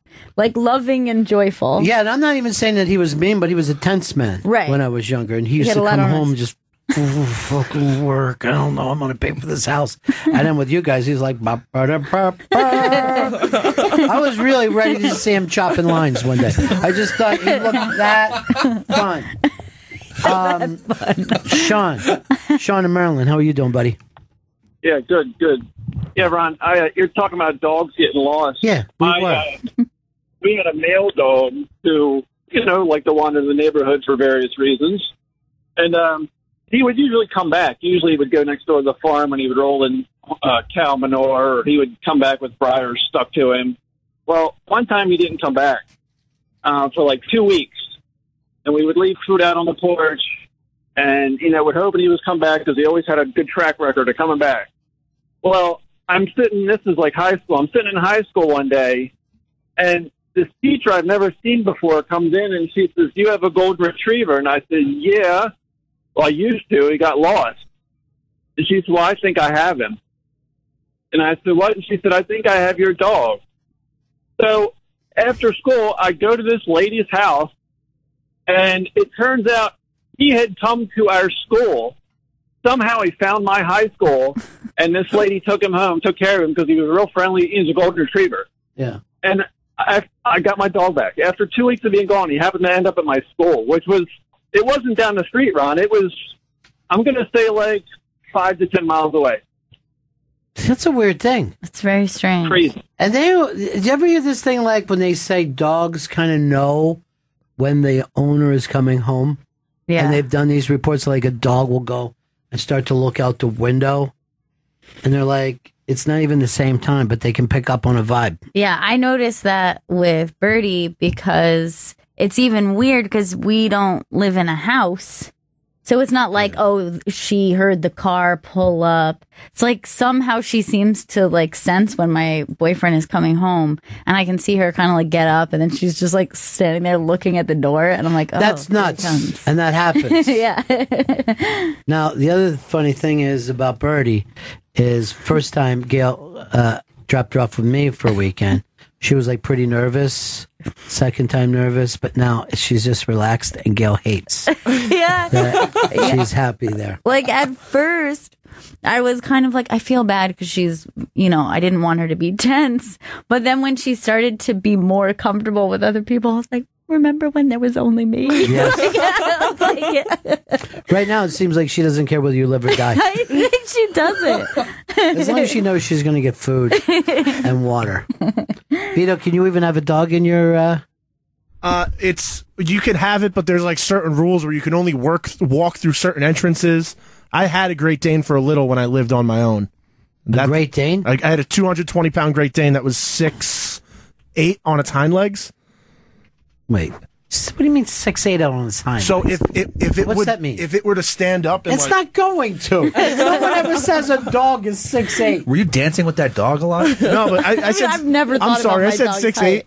I said 6'8". I meant 6'3". We're the same height. I don't know why I said 6'8". You know what? You got caught lying. But I have been in the park and seen like some of those dogs where they can actually put their ass on a bench. Yeah. And they're sitting. Yeah, and it like freaks me the fuck out. I'll say, stop acting human. I think I would kill somebody if they took my dog. No. I was going to kill for Lily too when I heard that story. I go, hysterical. why don't we just send somebody over there to kill that person, and then We we'll can just have your take the dog. dog back. All right, Dan, Wilmington, North Carolina. What's up, Dan? Ronnie B, it's Ed from Wilmington, North Carolina. I got another golden retriever story for you. My roommate had his dog lost. It was gone for 2 weeks. A friend goes to a Grateful Dead concert, sees his dog, reports his dog back, and the dog is returned 2 weeks later in Raleigh, North Carolina. Now, what was his dog doing at the show? How did he know he was going to be there? Somebody found him in Wilmington and just adopted him and took him to a show. Dead. Was he already wearing a kerchief around his neck? He was wearing a do-rag. Yeah, they do. They will put, people who, like, they think it's fun to get a dog high. They all get do-rags for the baby dog. Yeah. Chris, you never had a pet in your life, right? Never had a pet, no. No interest? I like cats. My ex-girlfriend had a cat. I like cats. I like Why dogs would anybody too. like a cat? I like cats. I like dogs too. I love animals. What is it that you like about a cat? They're self-sufficient. You don't have to really do much. You don't have to walk That them. doesn't sound like you like them. Then why not have a squirrel? You know what I mean? Like, I don't understand a cat. I'll listen to a cat lover who's like, I like the companionship and I Right. think that they're cool and I like the personality. But you're just like, I like that I don't have to mess with them much. You might as Doesn't well have sound a like gecko. a cat fan. Like those people who let a big lizard walk around their house. Cats freak me out. They look like they know your thoughts. You know, like when you look into They do their have very eyes. knowing But eyes. you're a pot smoker. You can tell right away by that. You ever sit around like with a dog and go like this? Like you just go like sometimes it's like seems like Birdie's going to say something. Yeah. So I'll just go like this. Just fucking say it. Just me and you here, and I ain't going to tell anybody. Just fucking say what's on your mind. A cat. I don't know why they. Here's the thing. You see people walking their dogs. You never see anyone walking a cat. Those cats in New York City go in an apartment and fucking stay there until they die. Yeah. And then they try to tell you, oh no, they like it. Cats have small roaming zones. It's like, you know how small a New York City apartment is? It's really fucking small. 200 feet. I know. I didn't know that they have small roaming zones. That's why they say that they're good apartment animals, is that if they were in the wild, they wouldn't be traveling much. They would just like, stay put? They would get like a little place. They go, oh, the food is good around here. I have access to fresh water. This is enough. Great And restaurant. they would just live there. Have you met people with outdoor cats that like they say just stay outdoors for the most part and will roam neighborhoods? Then that's not their cat.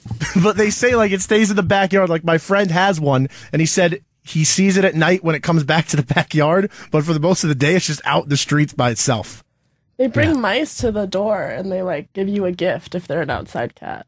That's what I. Look, I'll say this to that outside cat. If I wanted a fucking mouse, I'd get it. I don't need you bringing it back. This is a shitty gift. Yeah. Stinks. You killed what looks like a mouse bomb. I brought it here. And what am I supposed to do? Eat it or carry it around in my mouth now? I don't want that. I have fucking sandwiches. No, I can't. This is the thing why I don't like cats, Chris, is they don't understand logic. They don't get that I don't want a fucking dead mouse. They're an odd animal. They also just like pushing shit off of shelves too. Like if there was like stuff on like a dresser, the cat would just jump up and just push it off. That meant They're they wanted pricks. you out of the apartment. Probably. Because they're saying you're ruining everything. Did you, when you had sex with your girlfriend, was the cat in the room? Okay, so yeah, it doesn't That's matter. disgusting. It doesn't bother me if there are animals in the room. What other animals were in there? His Rats? friends. He let his friends watch too. I mean, my dog was in my room a couple times. When you were with a comedian? No, Who was that? Now, your dog was watching you with another person? Yeah, and she's licked things. But where? Where You is she know, licked? Their penises. Now, the thing is, that would sound like a good idea. but their little tongues are like sandpaper. It's not a fucking good thing at all. God, I remember being with a girl and I'm in her room and the cat got up and started licking and she's like, get down. I'm like, not yet, just let it. Give it another 2-3 licks. Now, is that embarrassing to you, or you think this dog will probably just forget about it anyway? That she was around for sexual things. Because a dog will be like, okay, this is there's sex in the air. They can pick up on They that. know what it is. Yeah. I mean, I hope that didn't traumatize her. I didn't really think about that. I just thought that. But if dogs are pack animals and they see you in the same pack, they'd just be like, yeah, someone in the pack's just having sex right now. Is that like I think like they're not as they don't take it as they're not like personal. mom. Yeah. They're just like, yeah, one like of when my Chris used to come home and a dog would be having Right. sex with his mom. Don't. I'm saying theoretically a dog. Okay. This person's name is Stepdad? That's fucking terrible. Stepdad, what's up? Hey, Bennington, how are you? Cool, man. My wife allegedly rescued a dog, but she really kind of stole it. Okay. So, does she live in California? No. The dog was seen many times eating garbage, used for breeding, and she kind of had enough of it and brought it out to the country with us and has hit the doggy jackpot, so to speak. It's weird, man. Stepdad, you're an odd dude, You man. are strange. Yeah. But a good stepdad. I don't know. I mean, anyone who calls themselves stepdad is normally up to no good. Stepmom's a thief. No, that'd be real mom. That's not stepmom. She would just be mom. I got a stepdad and a stepmom. Why am I still here? This isn't my home. I don't belong with these people. I want to live with stepdad and new mom. You know what's funny, Chris? That you could get to your age and not know how the world works. It's hard. It's fucking tough sometimes. Stepmom. I guess that means adoption then, right? No, they're not your step. They're your mom and dad. Yeah, when it you're means adopted. that this person was once married to your mom, and then you went to live with him when he got a new wife. All right, so say they break up again, but you like the stepdad. And then and you stay with the stepdad as a kid. And then that guy gets married to That's what a I woman. literally just said to you. And that is You know the why? circumstance. He doesn't hear women's voices. Oh. No. He's all about he's like a pack animal too. All about the males. Why don't you listen to Gail and react to that? I do listen to Gail. Then how did you miss that story? You just proved that you don't.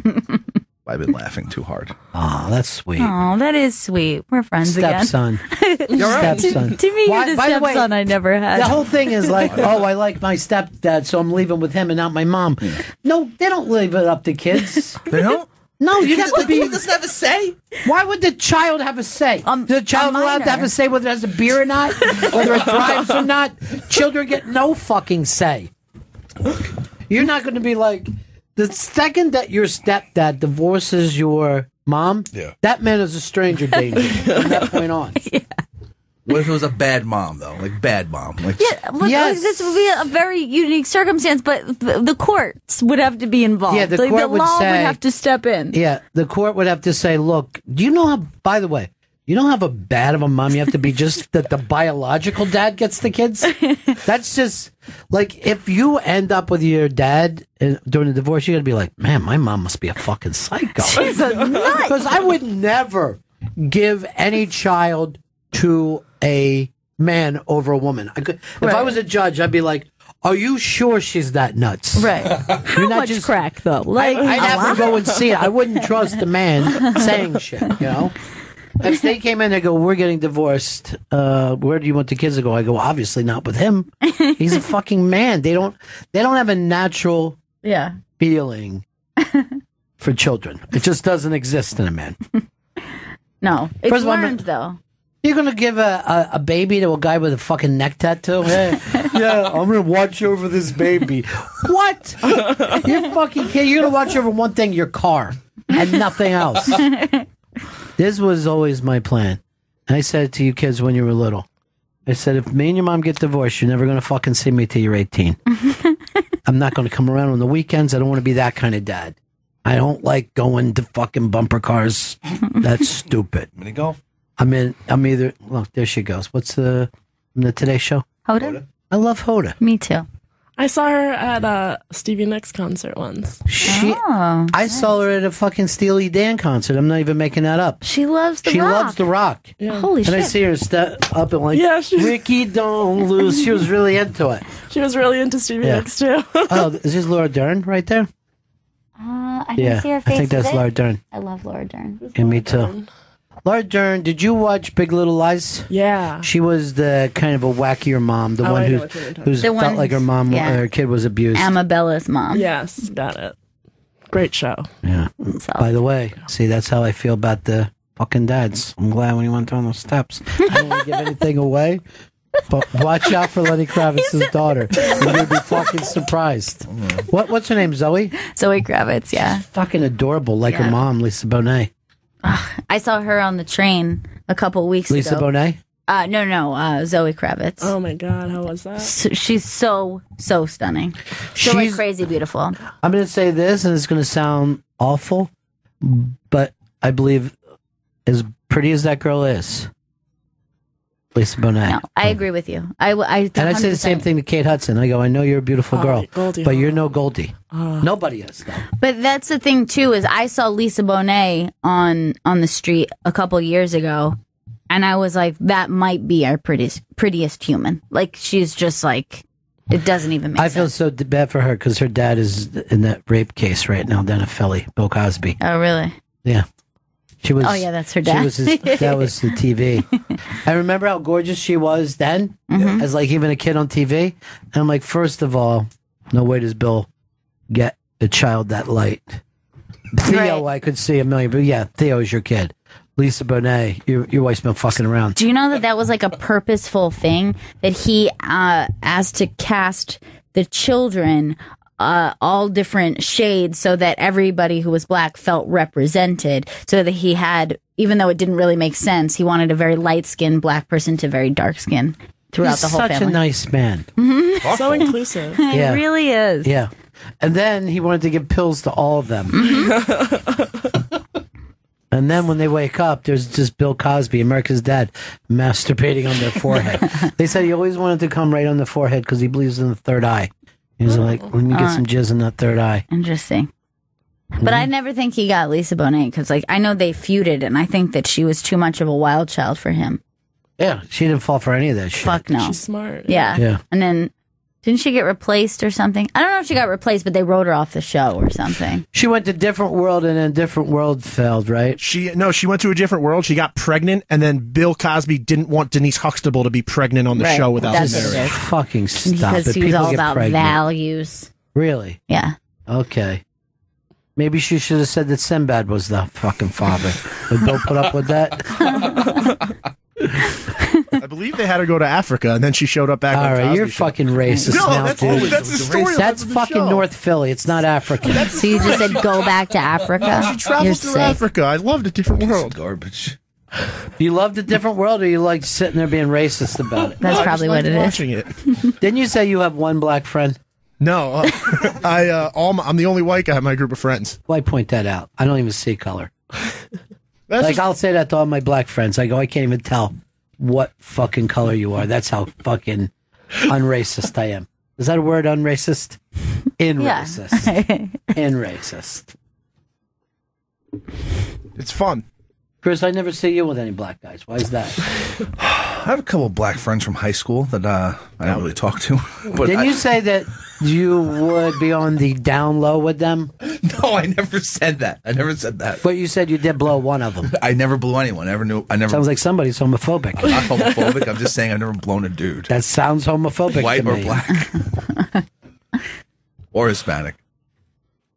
Vito, did you ever look at some of your black friends and think, oh man, if I had to, I would? No, I said it before. If I had to fuck any of my friends, it would be my friend Ian. All right, let's see a picture of Ian. All right, I'll send over a picture of us together. Sexually? No, just hanging out one night. It's my bro. He loves his friends. He always talks very nice about his He friends. does. Vito came down and stand the other night, Yeah, I remember meeting him. and He's like, food free? And I'm like, no, Vito, just fucking That sounds just hungry. hang out. Yeah, I know you're hungry. That's why you got to show up with fucking money and pay for it. Lily, could you see yourself going for Vito? So let's say all the men in the world died and only Vito was left. Could you see yourself with him? Yeah, sure. Nice. So I just got to kill every guy in the world. Yeah. That's actually a pretty charming thing to say. You got a picture of your friend? Yeah, I just sent it over to Gail. All right, got it. So there's his the friend he wants to fuck. I want to see this dude. No, I'm not saying it, Vito. I don't think he's attractive enough for you. All right, he's 6'8", from Brooklyn. He's the rapper. I'm into it. He's been growing Can I have your friend's number? I think he has a complexion problem, if I want to be totally honest. From far away, he looked like Clyde Frazier, I thought. But then I got close. It's not How racist. fucking old are you, dude? You're bringing up Walt Clyde Frazier from the 70s. I'm just saying, he has a Clyde Frazier look about him. I'm into It's good. it. He's foxy. But it also looks like he's not your friend and you just wanted a picture with a black guy. No, I have I many know. pictures with him. I have plenty of pictures of me standing next to black guys, and I tell everybody they're my Wait, friends. how tall is he? He's 6'8". You don't listen to Vito now. He just explained it. Look at Vito's got a fucking faraway look. Like he like he's got your nuts too. Looks like look where his hand is. Oh yeah, that's what's happening. I think. Oh yeah. Chris, do we have anybody else hanging around today? Is Lily our last guest of the day? Lily is our last guest of the day. Oh, can you hang, Lily? Yeah. All right, we got to do a commercial here. Gail's going to teach you all about Tito's because I got to tell you, it seems like Lily doesn't know anything about Tito's. I'd like to teach you about it. Tito's Handmade Vodka is America's original craft vodka. In 1995, Tito Beverage... Is that his real name? Yeah, it actually is. It actually is. And I knew you would ask that. Tito had the idea of building his own micro distillery, incorporating the boutique winery concept into the spirits industry. He acquired the first legal permit to distill in Texas and put his life savings into it, racking up 19 credit cards to build his own copper pot stills and condensers. Since then, he's been awarded a 95 rating by wine enthusiasts, won the unanimous Judge's Choice Double Gold Medal at the World Spirits Competition, the Chairman's Trophy for the world's best vodka tonic, and many others. It's got a modest paper label on a simple bottle, so all you pay for is the exceptional handmade vodka inside. Tito still makes his vodka by hand on the same land where he started it all, Austin, Texas. Tito's handmade vodka is distilled 6 times from 100% corn and is naturally gluten-free. Visit us at titosvodka.com for recipes, songs, and more. 40% alcohol by volume, handcrafted to be savored responsibly. It's the Bennington Show. Lily's from the Stand. I'm going to be at the Stand this weekend. Chris, who's all on board on those shows? Rich Voss. Brilliant. Christy Stefano. Brilliant. Dan Soder. Brilliant. Greg Fitzsimmons. He's... Well, I don't want to say really brilliant because that kind of insults the other, but he's great. Keith Robinson. Maybe the funniest. I don't think, yeah. I don't think it's wrong to say Keith is the funniest. Aaron Berg. You know, Aaron Berg is, to me, the host of the planet Earth. He just goes around, even on the sidewalk, he's still hosting. What a great and funny guy. And Toronto-based, like yourself. Yeah, we're both from Toronto. Does everybody leave Toronto eventually? I don't think so, but I think if you felt trapped there and you wanted to Are you an American now? No. You're still, no, you have to do what? You have to register every year? My brother and dad became citizens, but I just have my green card still. I haven't applied. Do you ever worry that they're going to say one day, get out? Yeah. When I was in high school, I didn't get a fake ID because if they caught me, I could have been deported. I didn't even know that. That's a good point. So you could get deported for a lot of reasons. Yeah. Even like if you have a bad boyfriend, he does something, they could be like, we think she's part of it. That's why I don't want you dating Chris Stanley right there. Because he's always up to no good. I'm a bad person in general. By the way, I looked up and I say to Chris, I go, who's the attractive man in the other room? Justin got a haircut and he's not wearing glasses. Don't just close your eyes. Okay. Let Justin come in here. Tell him not even to run because I don't want him to mess up his new haircut. Now, to me, Justin is always like a cute kid, but he's an attractive man right now. Turn around and look at him. Oh He's my an attractive man. That haircut, though. Yeah. You're Canadian? Excuse me? Well, are you? Yeah, go over and take a mic. Are you Canadian or are you a member of the Cree Nation, and that's outside?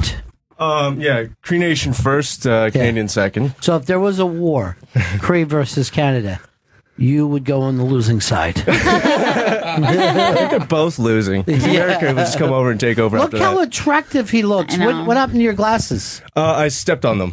Oh, smart idea. Yeah, I know. Can you see anything now? Yeah, it's just I have astigmatism, so I only see like double, like very little, and it only affects me with like letters, really.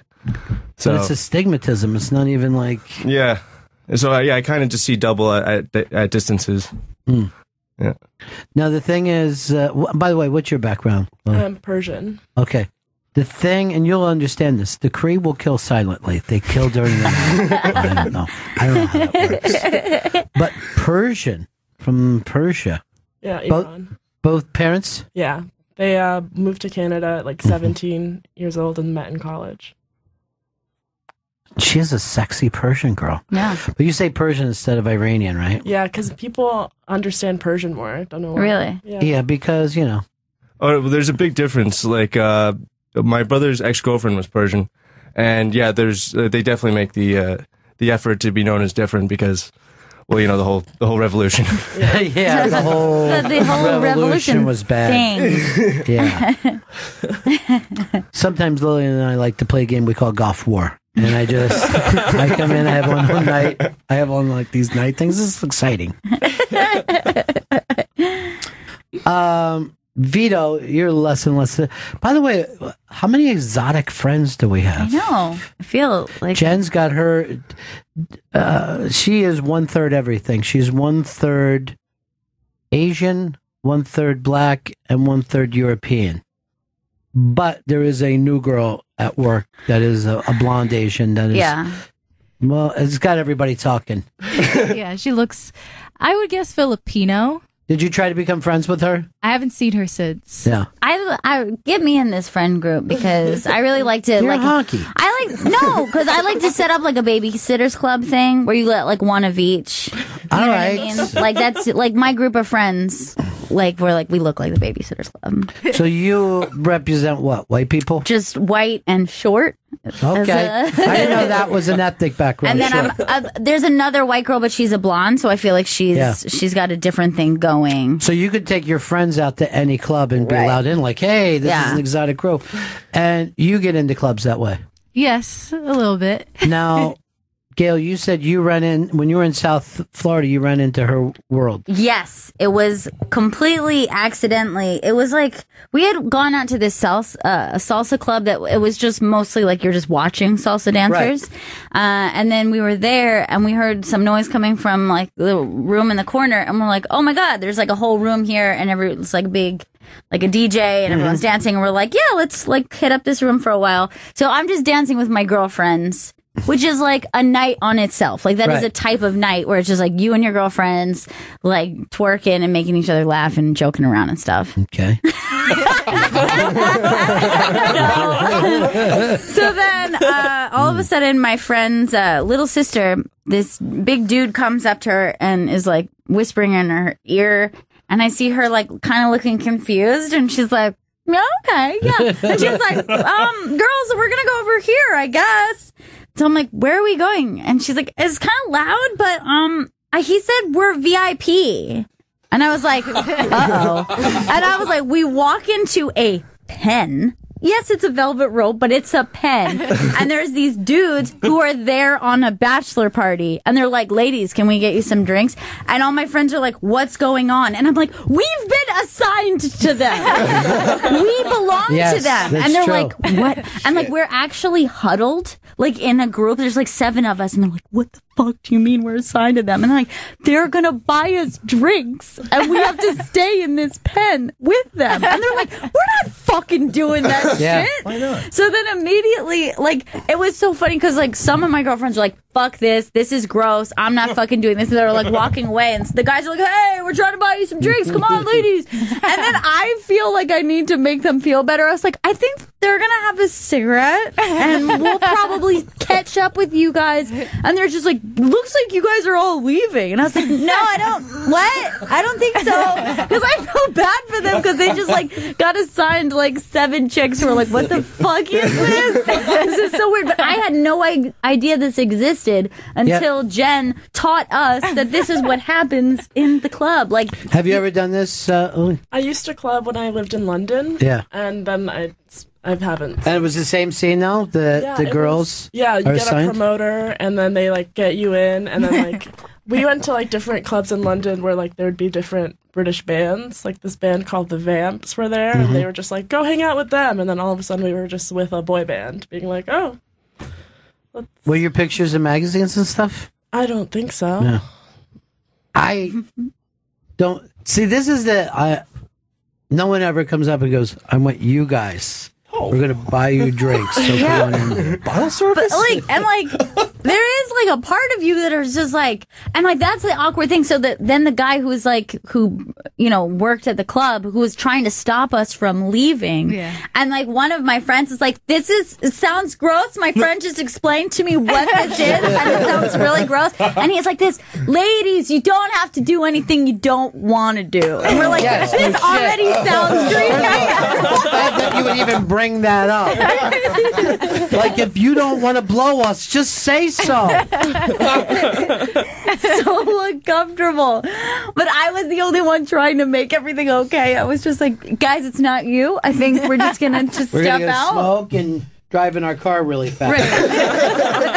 But you that's your thing, Jen. You love that. I mean, to me, it's free alcohol. Like, you get your own little, you kind of fill up your girls in that VIP section. So now it's your VIP section. That's how I see it. I take the alcohol that they have for us. I pour it to my friends. I take it as my table. So then for you are like, you guys just miss out on an opportunity to drink free. And like, you're not saying you don't But they're have to make also out. looking for a rich guy, right? I mean, some of them might, but like, I personally am not. Like, usually when the promoter brings you to the table, it's usually an ugly guy that can't get girls. It really is. Yes, it's of course like it that. is. Why These wouldn't it fellas were nice. I mean, they're all nice. And then like I was trying to get them to talk. It was like my friend's bachelorette, and I was like, so you guys are both getting married, so you guys have that in common. They're like, we're going. This is gross. By the way, when she says ugly guys, that's 99% of guys. 99% of guys are ugly. 1% of guys might be fuckable. Tops. That's true. Now, Jen, have any of these celebs here tried to hit on you? No. Nobody showed interest in you? No. No. I heard a story recently. Really? I heard a story recently. Somebody say, what's her story? Oh, okay. I think I know who you're talking about. We all know. Oh, that's a given. That's like a coworker at this point. Now, is there any big name comics have hit on you? Yeah. All right, I won't say, but somebody with their own TV show? Yes. Okay. I think I know who it is. I'll just say it, Tracy Morgan. I'm going to get you pregnant. Derek Gaines is going to be on his new show, Tracy's show. They're going to be shooting soon, so I'm excited for him. Nice. That's very cool. And people don't know this, but Tracy Morgan got known for being on the Martin Lawrence show, so this could be like the passed down. Right. Like if Tracy Morgan starts to talk about Martin Lawrence, like he did in The Unmasked, he starts crying. That's how much he loves Martin Lawrence. He goes, Martin! Martin! He loves Martin. I didn't know anyone could love Martin Lawrence that much. Man, that show was so beloved too. Like I forget, like that was like Martin Lawrence was a gigantic star. Like everybody, like people were always doing like impressions of like who was the neighbor girl? Shanae. Like everyone's always doing Shanae impressions. Who said Gina? Gina's the girlfriend. Oh, okay. Yeah, Gina was like the straight guy in the show, right? Yeah. And That she show was hot fire. Oh, yeah, Gina. she was. Well, she was in that other, it was like a Spike Lee movie where she had to sleep with this, the frat brother, like the frat brother, once you're in the frat, now you can sleep with my girlfriend. Yeah, and then also she was, I think, and this, I might be crazy right now. I might regret saying this. I'm going to throw it out there. I hope I'm not wrong because it's going to be really awkward.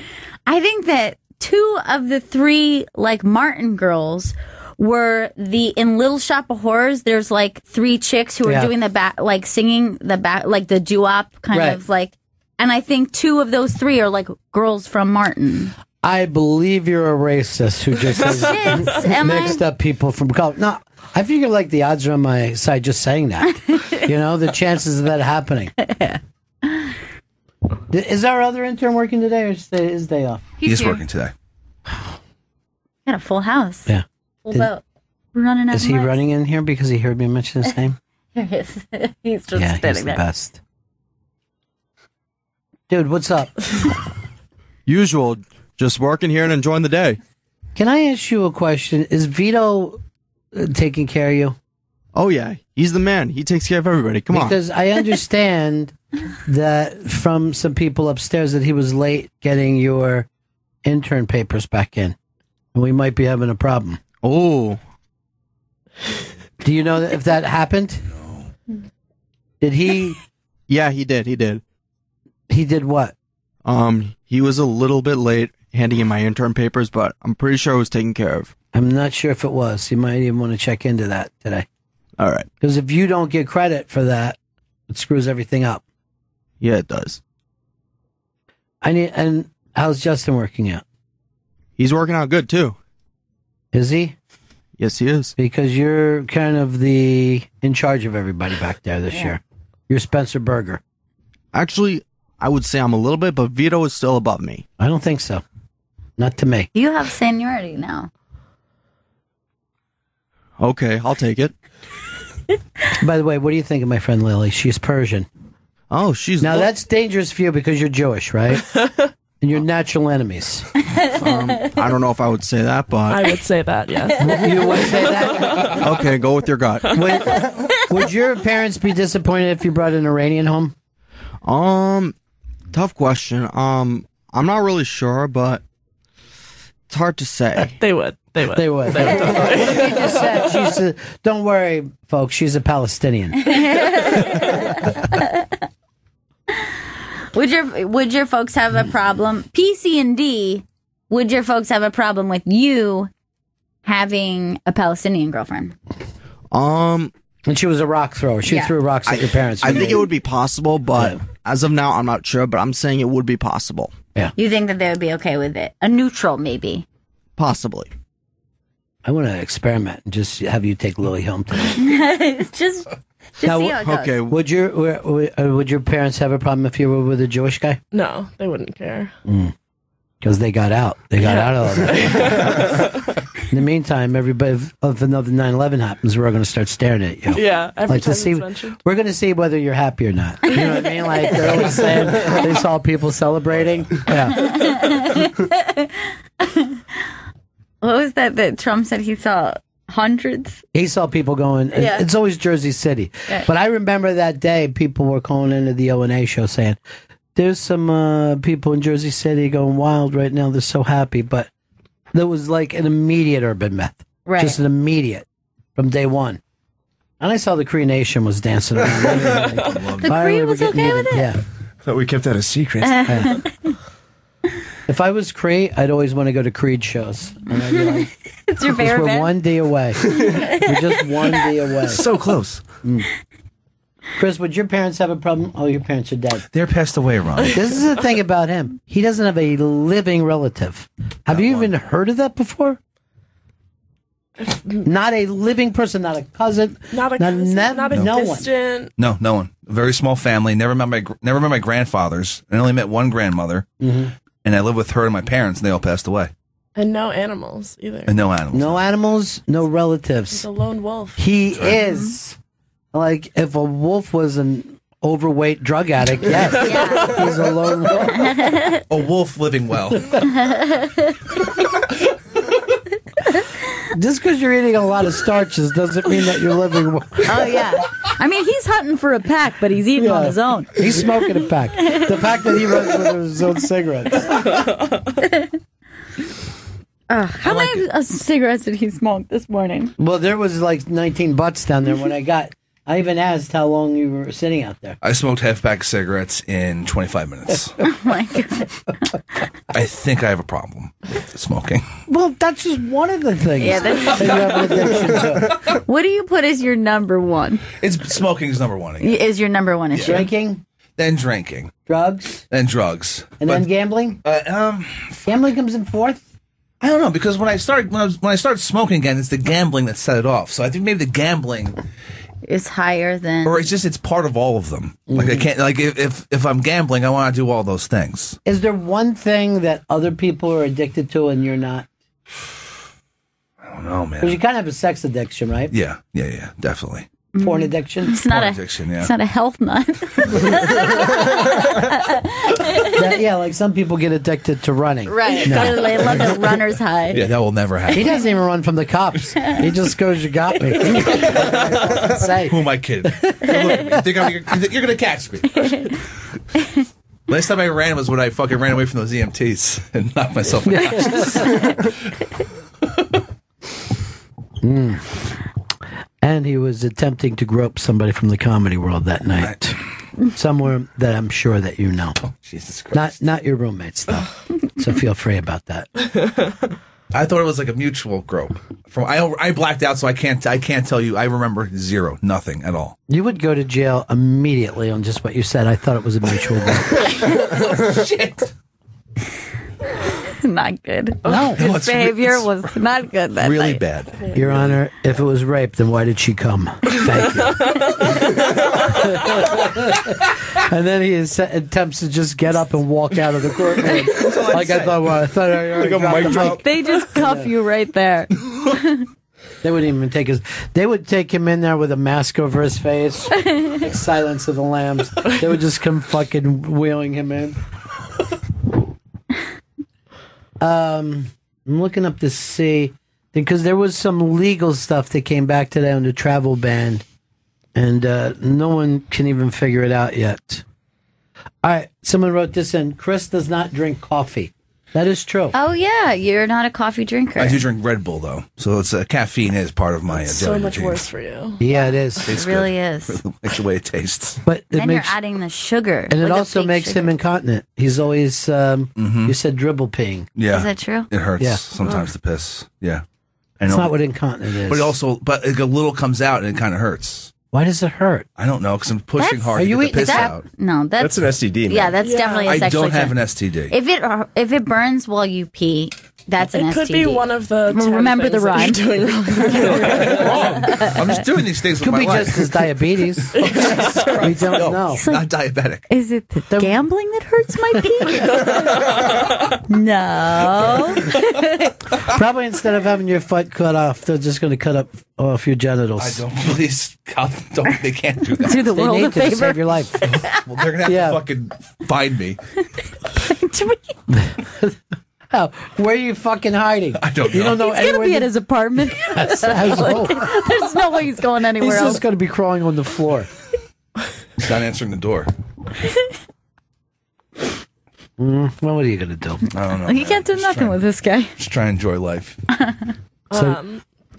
So going back to the news, the U.S. Appeals Court has upheld a decision blocking President Trump's travel ban. He never gets to push his travel ban. You know? He hates travel. Yeah.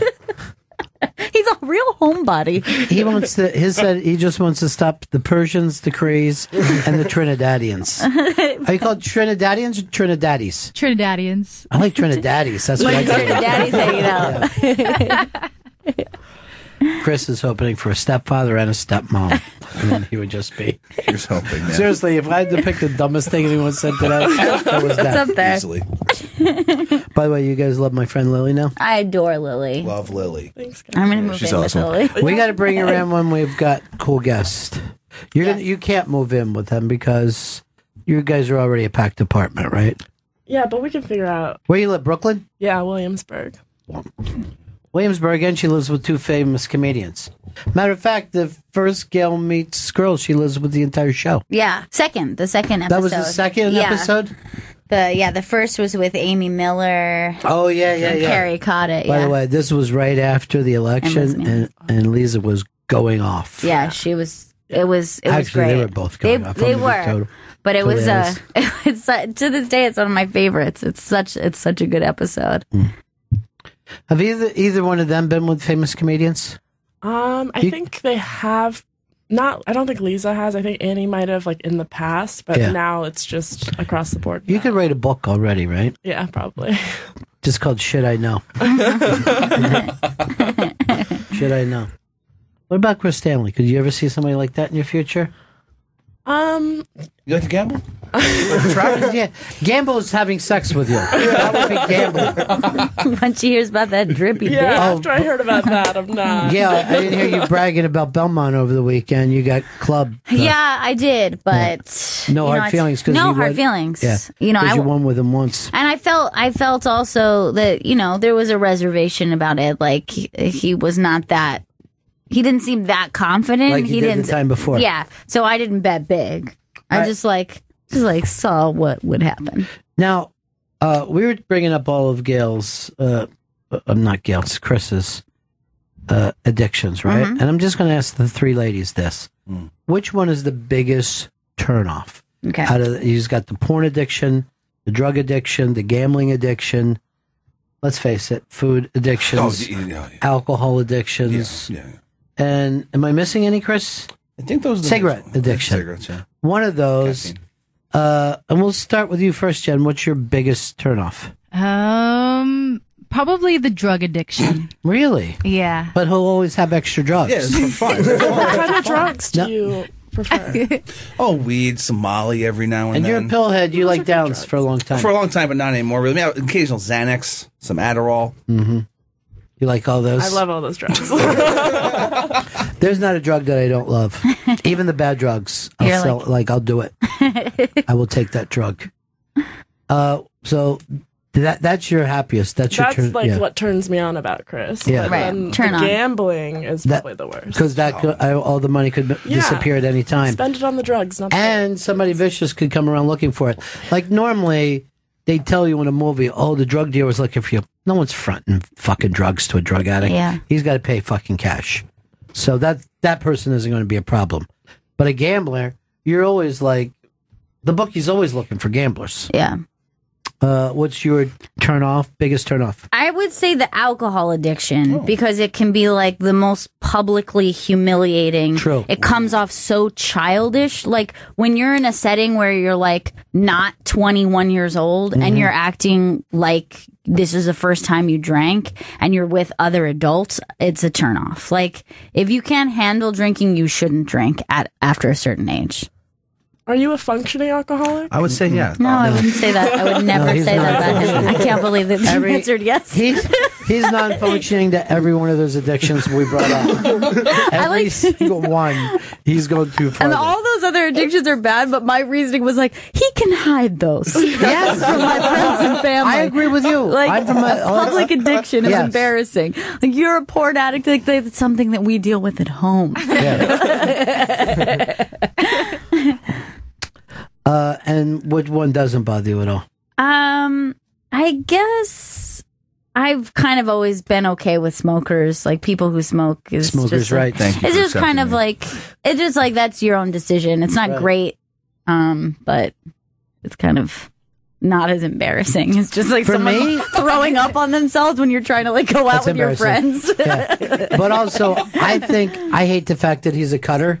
That was just between you and me. You want to know the truth about your cutting? And I'm going to finally say it today.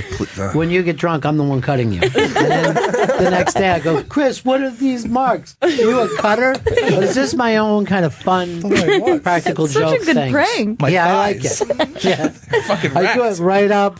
I do like little notches all over his thighs as high as I can go. And then I go, what is this? I guess I got drunk and wanted to hurt myself. You just admit to it. I'm just so upset. I don't know why, but that is a very sexy thing when you find out a girl's a cutter. Any kind of self-mutilation. Yeah. Really? I like it. But yeah. women, like, I could kind of understand for a young person, but again, just like I was saying with alcohol addiction, isn't that something that's like less okay with age? I don't know. Really want an adult? No, I've never really dated adults, so I don't know how that works. I try to keep them young, fresh out of high school. Illegal. Sure. But no, any kind of low self-esteem is incredibly sexy. No one Putty in your admits hands. that. Yeah. No, I don't even mean it from a predatory. Well, no, it is predatory. But I think they also tend to be more passionate people. Right. Therefore, better in bed. I don't want to be with a confident woman who doesn't care whether she comes or not. And maybe more appreciative too, like when they get, they feel love and get love. Yeah, for that time, they're not feeling pain. They're like, I feel pretty. But the fact that you laugh like that made it sound really bad. Yeah, It sounded like a gang rape instead of some people just talking. Yeah. I'm not. No, His laugh always sounds like a I gang guarantee rape to me. you, anybody who dates Vito is going to get a grateful boyfriend. You know what I mean? Yeah. He's always worried that his girlfriend is cheating on him or finding somebody better. Yeah, I definitely had that in my last relationship. Yeah, and then she ended up cheating on you. Yeah, and then moved out and all that shit. So that was fun. And now she's sleeping with another couple. Yeah, yeah. And now, why would you laugh Jen, at that, that came Jen? off so mean-spirited. Yeah. She laughed right into the mic. Right in my ear. My ear was right next to the microphone too. Have you ever asked that couple? No, I keep things cordial. You How just do stay you quiet know? about it. I told him. I told him. Are you I the seen. couple? Yeah. No, I saw them together. You know the couple. Oh, I know the probably. couple. Yeah. The couples approached me as well. Why wouldn't they? A very weird way. Oh, well, now let me. Have any of the girls from the stand dated famous comedians? Yes. Really? Yeah. So one has, I won't say who at the stand, but one of them has Ted Alexandro. Oh, who wouldn't? All the women love Pete Ted. Davidson. Really? I like that those names are being named, but we're protecting the ladies. That's hilarious.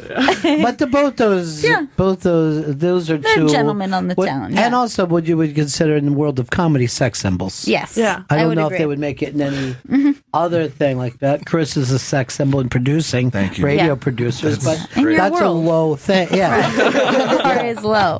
yeah. That's like saying he's hot for Sublux C.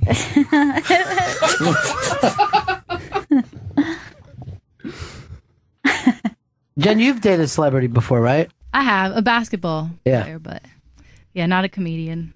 Why did you guys break up? He wasn't getting the boards that you were after? He was a little promiscuous. Well, all basketball players have a baby in every city because they travel a lot and they never wear condoms. But he wasn't like trying to hide it, and that was the issue. He At was least trying to hide it? He wasn't trying to hide it. Yeah, nobody can. There's no sense in hiding anything. I just say put it out there. Brings up But did you love him? I wouldn't say love. It didn't get to that point yet. As close as you can get, though. Yeah. Right. He's a cold-hearted gangster Yeah, like cold yourself. heart. Put the money on the table, Trinidadian.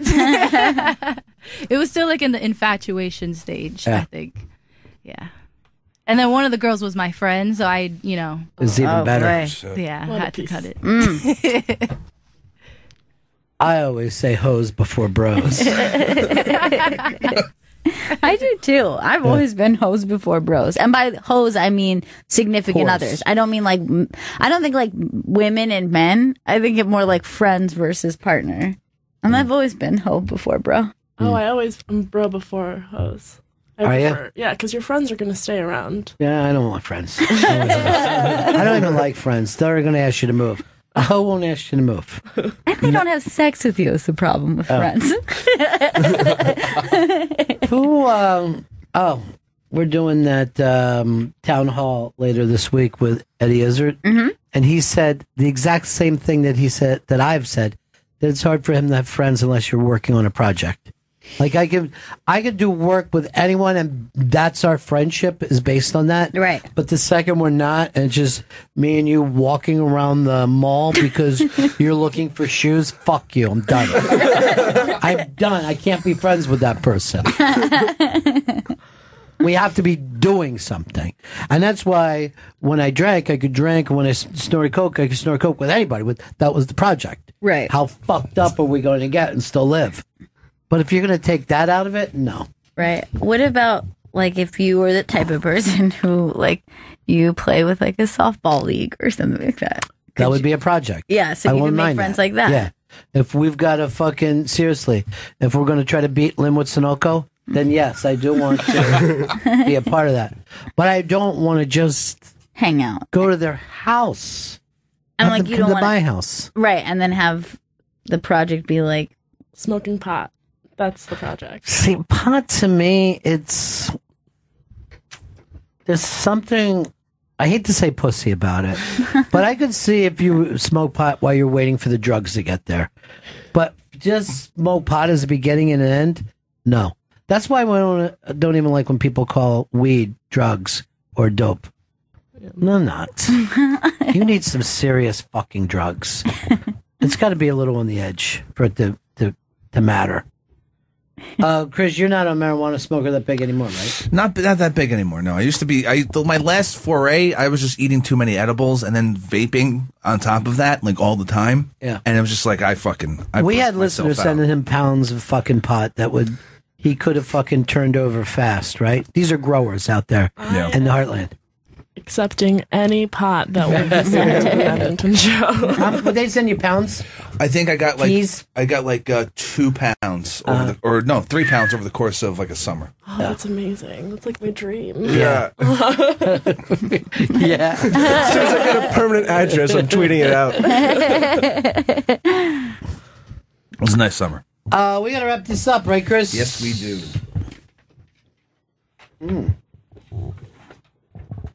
Anything to plug? Tom Shalhoub's new book, Mean Dads for a Better America. That's available now in stores and online. On Twitter, it's at Tom Shalhoub, who's in earlier today. And you'll be at the Stand this weekend, Friday and Saturday. Go to thestandnyc.com. I'll be there with Lily. I'm going to bring Lily on stage with me. Nice. It'd be fun. I pointed you out to the audience the other day, and I saw them getting nervous. Yeah. Like, why is he harassing that girl? They don't realize that, like, we hang out. All right, that's it for us. See you again in 1974. Ladies and gentlemen, the evening is over. We hope you all enjoyed yourselves, and we'll see you all again in 1974. Good evening!